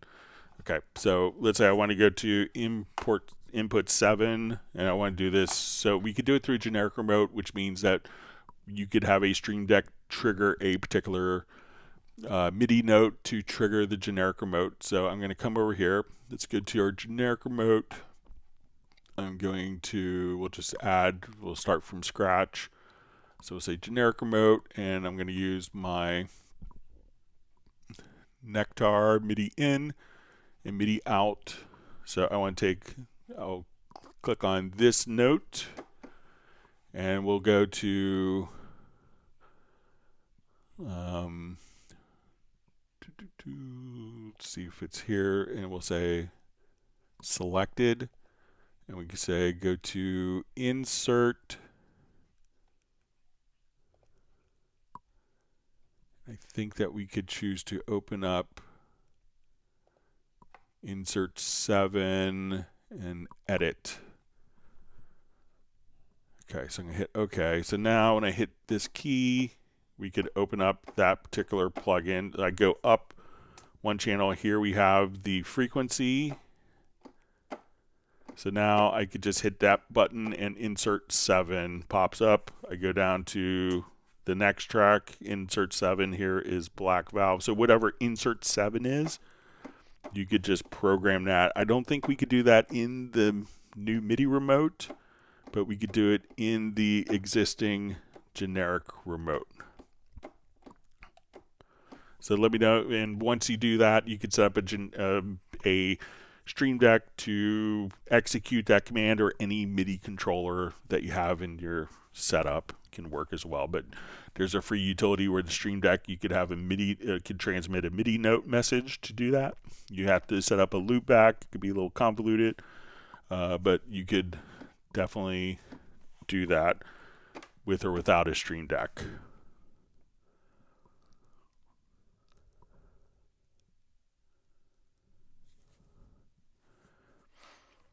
Jazzy Lumel asks, I have a question. Is it possible that Steinberg can make a version plugin of the TubeTech CL1B? I'll pass it along as a feature request, but you know, they do a great job with their plugins, so. But I'll pass that along.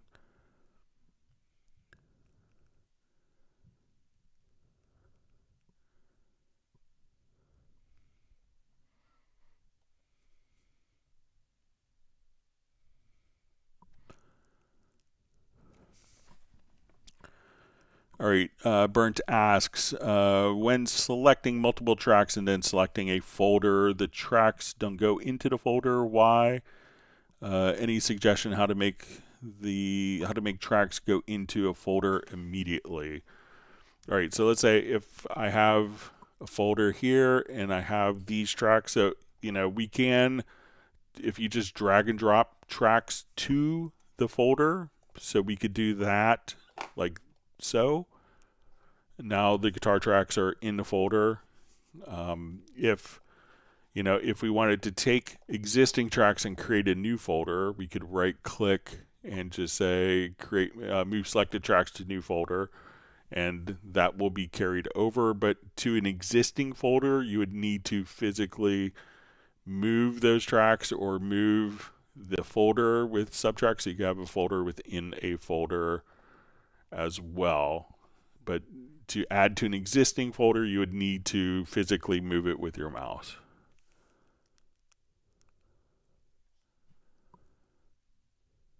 You can see from Brent, thanks for all the knowledge.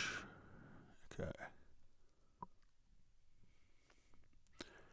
See, Roger just says likes may not update in real time for me, so sometimes you may have to refresh to see the likes. But thank you for all the likes. Okay, Michael Team says, okay, thanks, Greg. Brain cramp is now cleared.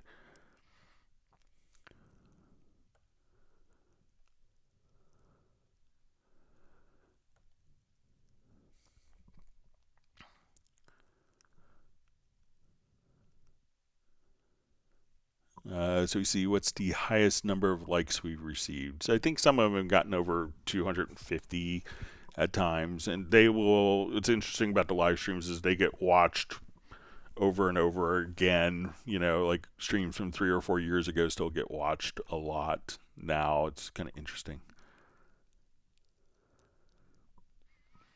Like I think just like last Friday's, if you look at it now, might be. You know, but there's lots of likes that come in afterwards as well.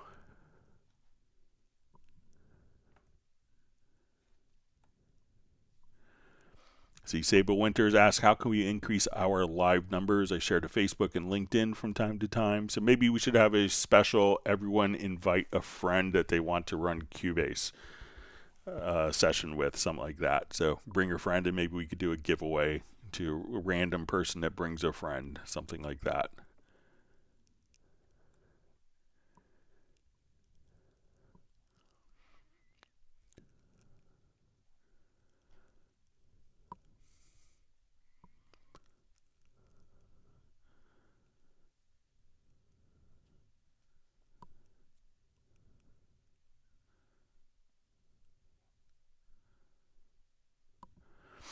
Okay, so we see feature requests, please, from Keith Young. I know it may sound odd, but I really wish a floating vertical transport bar existed. Thanks. All right, so let's see if we come over here. So we could have this floating, so it's obviously horizontal, but let me just...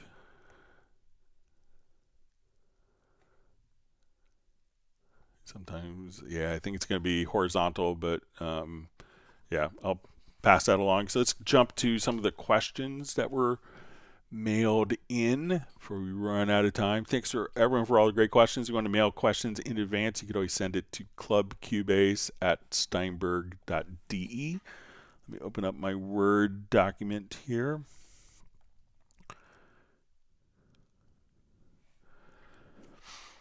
Okay, so we had a question, how to make disabled tracks invisible in the project and MixConsole. So let's say we have 3 tracks here. This track here is disabled. So when it's disabled, maybe I just want to automatically hide the disabled track. So how can we do that? So let's come over to the project logical editor, and we'll go to our setup. So what we want to do is we're going to take a kind of an interesting approach. We're going to select tracks that are disabled. So we're going to say our container type is equal to a track, and we're going to set our property to property is set to track is disabled. So right now what we're going to do is to select disabled tracks. Okay, so let's say we see our track selection here, and then what we want to do is a post process, and we'll go to our channel and visibility, channel and track visibility, and we'll say hide selected channels. Okay, so right now let's say we have these tracks selected. So I'm going to tell it to select tracks that are disabled and then hide those selected tracks. So we come right over here, hit apply, and now those tracks are hidden from our project window as well as our MixConsole. So once again, select, container type is equal to track, property is set to is disabled, so we're selecting the disabled tracks and then hiding the disabled tracks.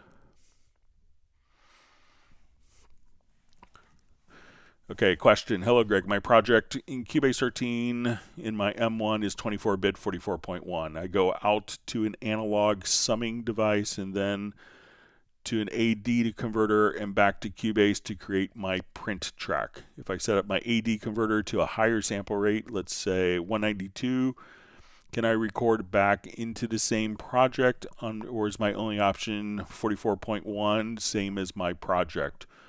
Could I open Wavelab and use Wavelab at a higher sample rate? Can Cubase and Wavelab be in sync so the starting time is the same? So generally your audio interface isn't going to run at 44.1 and 192. So you would need to have two separate audio interfaces. And even if you could do a print track back into Wavelab if you wanted to recapture it at 192K, but no audio interface is going to be running that I know of can run at 44, can run at two different sample rates at the same time, especially if it's not like divisible easily. Like you might be able to do 88.2 and 44.1 for clocks or 96 and 48K for clocks. But if you're kind of printing out and recapturing at 192K, so you're probably not actually gaining much by doing that. I mean, you may have a coloration of the conversion, and it could be arguable if using kind of summing. Some people would argue that using summing just sounds different, but it's not necessarily better. There's a really interesting Dan Worrall video on it that he posted recently that I thought was really good and well done. But you would need to have a separate program running a separate audio interface. But you could do it in Wavelab and capture, but it's not going to be in sync. Wavelab doesn't sync to external timecode. You could, run a different, if you had Cubase, if you have Cubase Pro, you could run Cubase Artist and run, I think if you hold down certain keys when you start Cubase Pro, you might be able to start Cubase Artist as well, and if you're using a different audio interface, be able to capture higher sample rate audio that way. But it's generally you're going to need two different audio interfaces for that. All right, another question. In the bottom of my MixConsole, there's a slider that I can click and drag left or right. So if I have a project with a lot of tracks, I can select the area that I want to work. However, for some reason right now, when I move the slider, the tracks do not move. It is always showing the same tracks. If I use G or an H, it does zoom in and out, but shows only the same tracks. Can you help me with this problem? So either when we look at this, it could be that all you have is enough tracks to populate the particular areas, or tracks can be hidden from view in the invisibility. So if we come over here and just hide tracks, we may not see a lot of, you may not be able to scroll because there's nothing to scroll to. So make sure that when you're doing the mixer visibility, that these particular tracks aren't being filtered out from view in the MixConsole. But it sounds like maybe there's, like you don't have enough tracks. If you're like in the MixConsole and you're zooming in and out here, you could do the typical G and H zoom. But if it's not showing the other tracks, either they're being hidden or perhaps you don't have enough tracks to warrant being able to scroll back and forth like you're seeing all the tracks that are available. That would be my guess.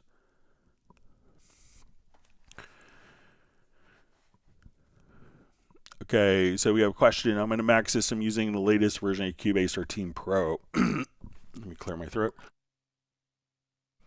Is there a way to link the group fader to the track sends? If I have tracks within the group that are sending to effects tracks, when I lower the group volume, the balance between wet and dry is changed for the tracks within that group. The default behavior on many other DAWs is that those sends within a group follows for the group fader. Is there a way to do this in Cubase? If not, what would you recommend? So you could do this, but this is kind of a classic scenario. Like, this is how groups behave, and it's kind of mimicking the workflow of different consoles. So let's say if we have a, we'll just listen to, let's say, a loop, and we have this going into like a reverb here. And now that we adjust, let's say so let's say this is going, we'll route this to a group. All right, so let's just come over here. Let's just change our, all right, so we'll come over. I'll just open up the channel view here quickly. So we have this going to our groups, to our effects. Let's go to our effects send.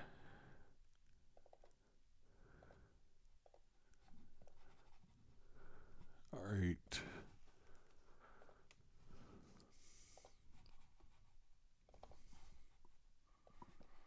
All right, and I'll just put this on so it's a little louder here.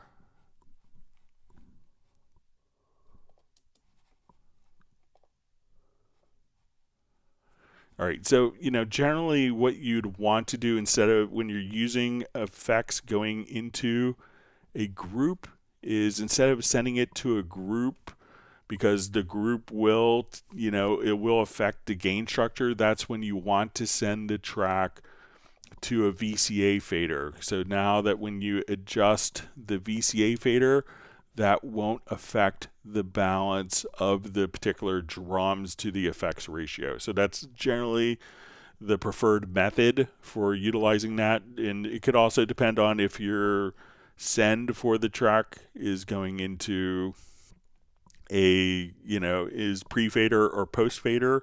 But generally VCAs will allow you to adjust that and not affect the gain structure relationship. So when you're sending it to a group, you're lowering the volume, that will affect the gain structure. So sometimes you want to do that, sometimes you don't, and sometimes you want to use VCA faders so that the gain structure isn't affected. Okay, so we had a question on, I need to find a way to prevent cutting through all of the audio clips that overlap on the same track, opposed to only cutting the top track that shows. I could do this in my older versions of Nuendo 4 and Cubase 5, but it cuts through all the clips in my Cubase 8 Pro and newer software. I can't find a way to have this option. Okay, so right now we have 3 different audio files stacked on top of each other. So we have a green file, a red file, and a blue file. So when I use the scissors tool to cut, this will cut the files underneath. So when I move this, so we cut. And now when I move this, the red is cut at the same level. So that's cut through all of the layers. So if we don't want to cut through the layers, we can move the cursor where we want it. And we go to Edit. And I think it's under Functions. And we can say Split at Cursor. So now that we've split at the cursor, I'm going to select the event. So we go Edit, Functions, Split at Cursor. And now that we've split at the cursor, and we've split the top layer, the bottom layers aren't going to be cut. So we'll just redo this to where we were. So top layer, split at cursor.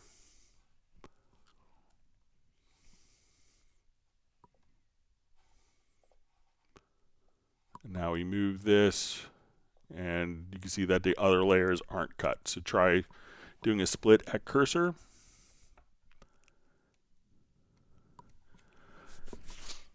All right, so we had a question.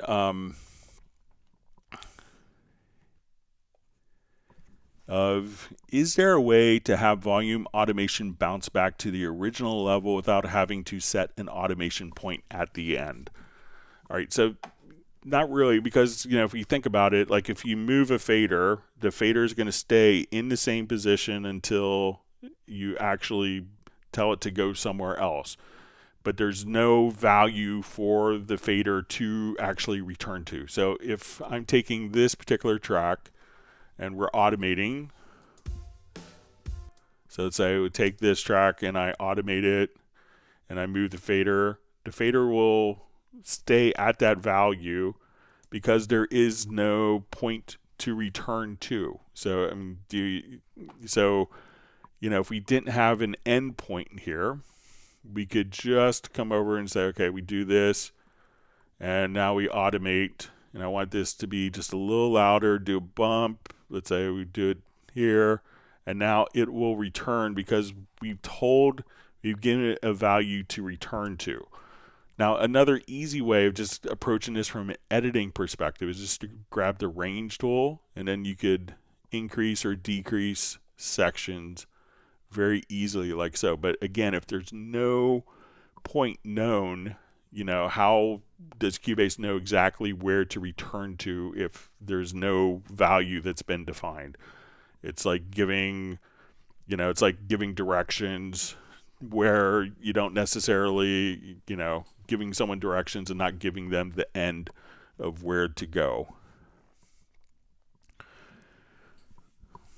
All right, so we have a question. I've been having problems with Cubase recently where if I leave a blank project open, it will freeze or get really slow, sometimes taking 10 seconds to open a menu or click on anything. This happened even with little to no plugins or VSTs loaded. So two things that this could be. It could be that some USB devices that are being powered don't wake up from being asleep. So if you've left, if you are on Windows, make sure you go into your BIOS and that none of your USB ports are set to be in energy efficiency mode or in eco mode. So sometimes USB power won't fully wake up. That sounds like this could be it. In some plugins, after a while, if it's just sitting idle, may actually create memory leaks while they're not doing anything. So it could be even with a few plugins, one plugin open could be creating a memory leak that the longer you leave it open, the more memory it's kind of eating up. So try to do it. See if you get different behavior if absolutely no plugins are loaded. I don't have that behavior in my system. And also make sure that you don't have any, like unpowered hubs or like USB hubs or USB ports that are, like in energy efficiency mode.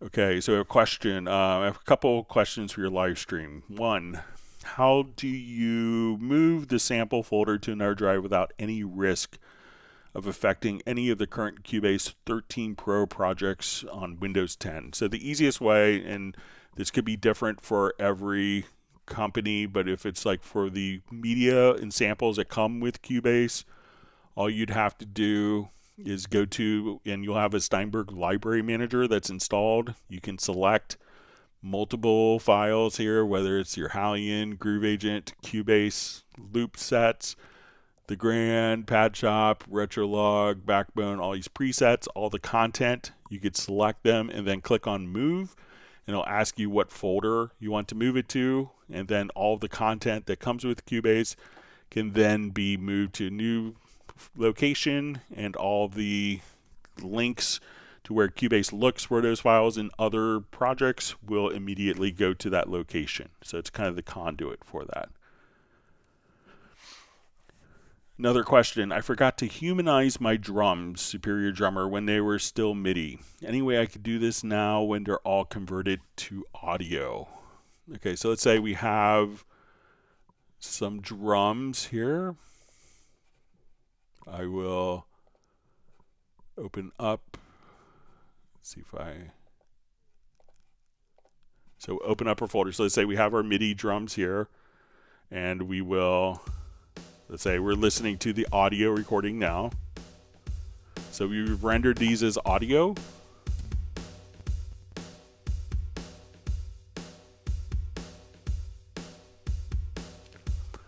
So if we wanted to apply like a swing to those, I'm going to select the particular files. We'll come over to my edit menu. Let's go to the quantize panel.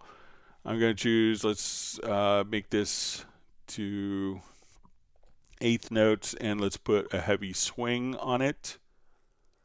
So, and then we're going to make sure that we have audio warp selected. So now when I hit quantize our audio, all the audio will be moved, so we can now listen to the 7 being straight. So before,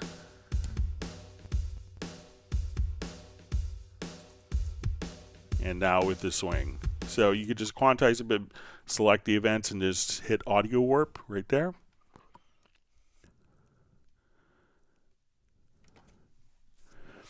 Okay, so we have a question. I tried to chord track for lead sheet, and I always get a crash even when I use different versions of the same project if only one WAV file, and I cannot get the chords to reveal on the lead sheet as well.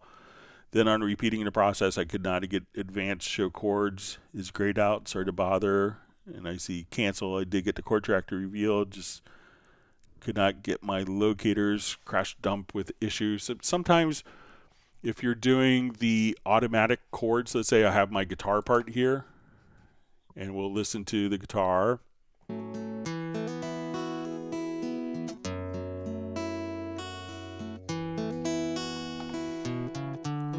All right, so if I want to do this, so one of the things we could do is just select the event. And in earlier versions, there was an issue where if there was a chord track already and you tried to create chords from the event from the project menu, there was sometimes when that could cause a crash, and I think that was resolved in 1302. But if I come over here, let's say I want to go to my chord track, and we'll say create chord events. And now as I do that we see the chord events here. And if we add a MIDI track, we could now see, I'll just come right over here. Let's go to a MIDI track, double click, and we go to our score editor. And now that we have this, we'll just say advanced layout, show chord track, and we'll look at this in page mode. And then you could have your lead sheet. So if you have a chord track, if you have chord track events, try to select all the events and erase them if you have an earlier version. Okay. Okay, so we had a question. When empty trash is used in the pool, is there a way to have those files moved to the computer's recycle bin instead of just disappearing altogether? Thank you. So currently when you empty the trash, and this is going to be in the pool, so if we recorded a file, so let's say if I'm here and I just hit record. All right, so we're going to have a file called delete me. So as we look at this, we have this particular file. So, and if we choose to erase that file, if we go to our pool window, is then moved to the trash. And if we empty our trash here, at this point, that will be deleted from the hard disk as opposed to going into your recycle bin. If you wanted to take this and move it to your trash, let's see if we could just drag to the trash can. You might be able to try that, but you could, just come over here. But when you do this, there isn't a function to move it to like a third safety mechanism. If we right click on the trash, it's not going to put it into the trash can or the recycle bin on Windows. But when we empty the trash, it's going to delete it from the hard disk. So if you want to erase, or you could remove it from the pool, it'll still be in the project folder. But it could be hard to determine which files are not in the project folder. So when you hit erase, that will erase it from the hard drive and not go into the recycle bin.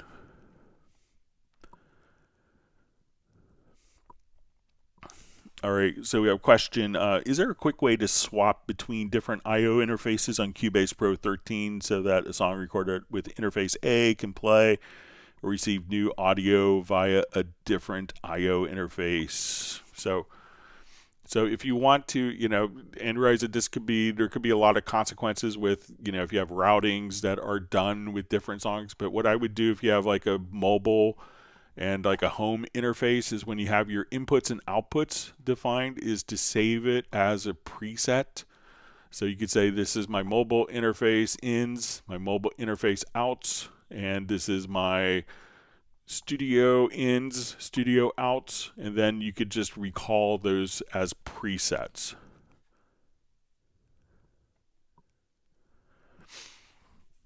All right, question. Can Cubase be routed to temporarily use native laptop speakers and hardware to play existing projects and record new audio, albeit at lower resolution? So, sometimes the audio may not work depending on your computer. Sometimes they don't have audio inputs, but if you go to like your studio setup and go to your audio system, if you're on Windows, you could choose generic low latency or Steinberg ASIO driver, and that would allow you to use the built-in audio hardware on a laptop. And you may have to, once you go over here, go to the control panel and realize that you may see your HDMI, your headphone jack may be separate than the line output. You may have to do the routing of where you want the audio to go to the speakers as opposed to headphones in the control panel setup.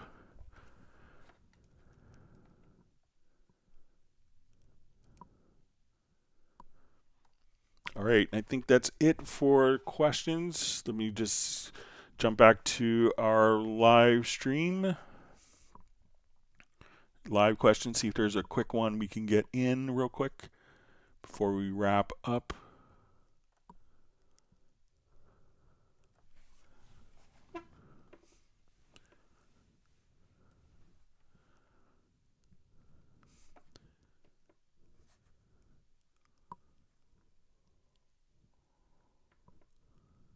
All right, let's see if there's one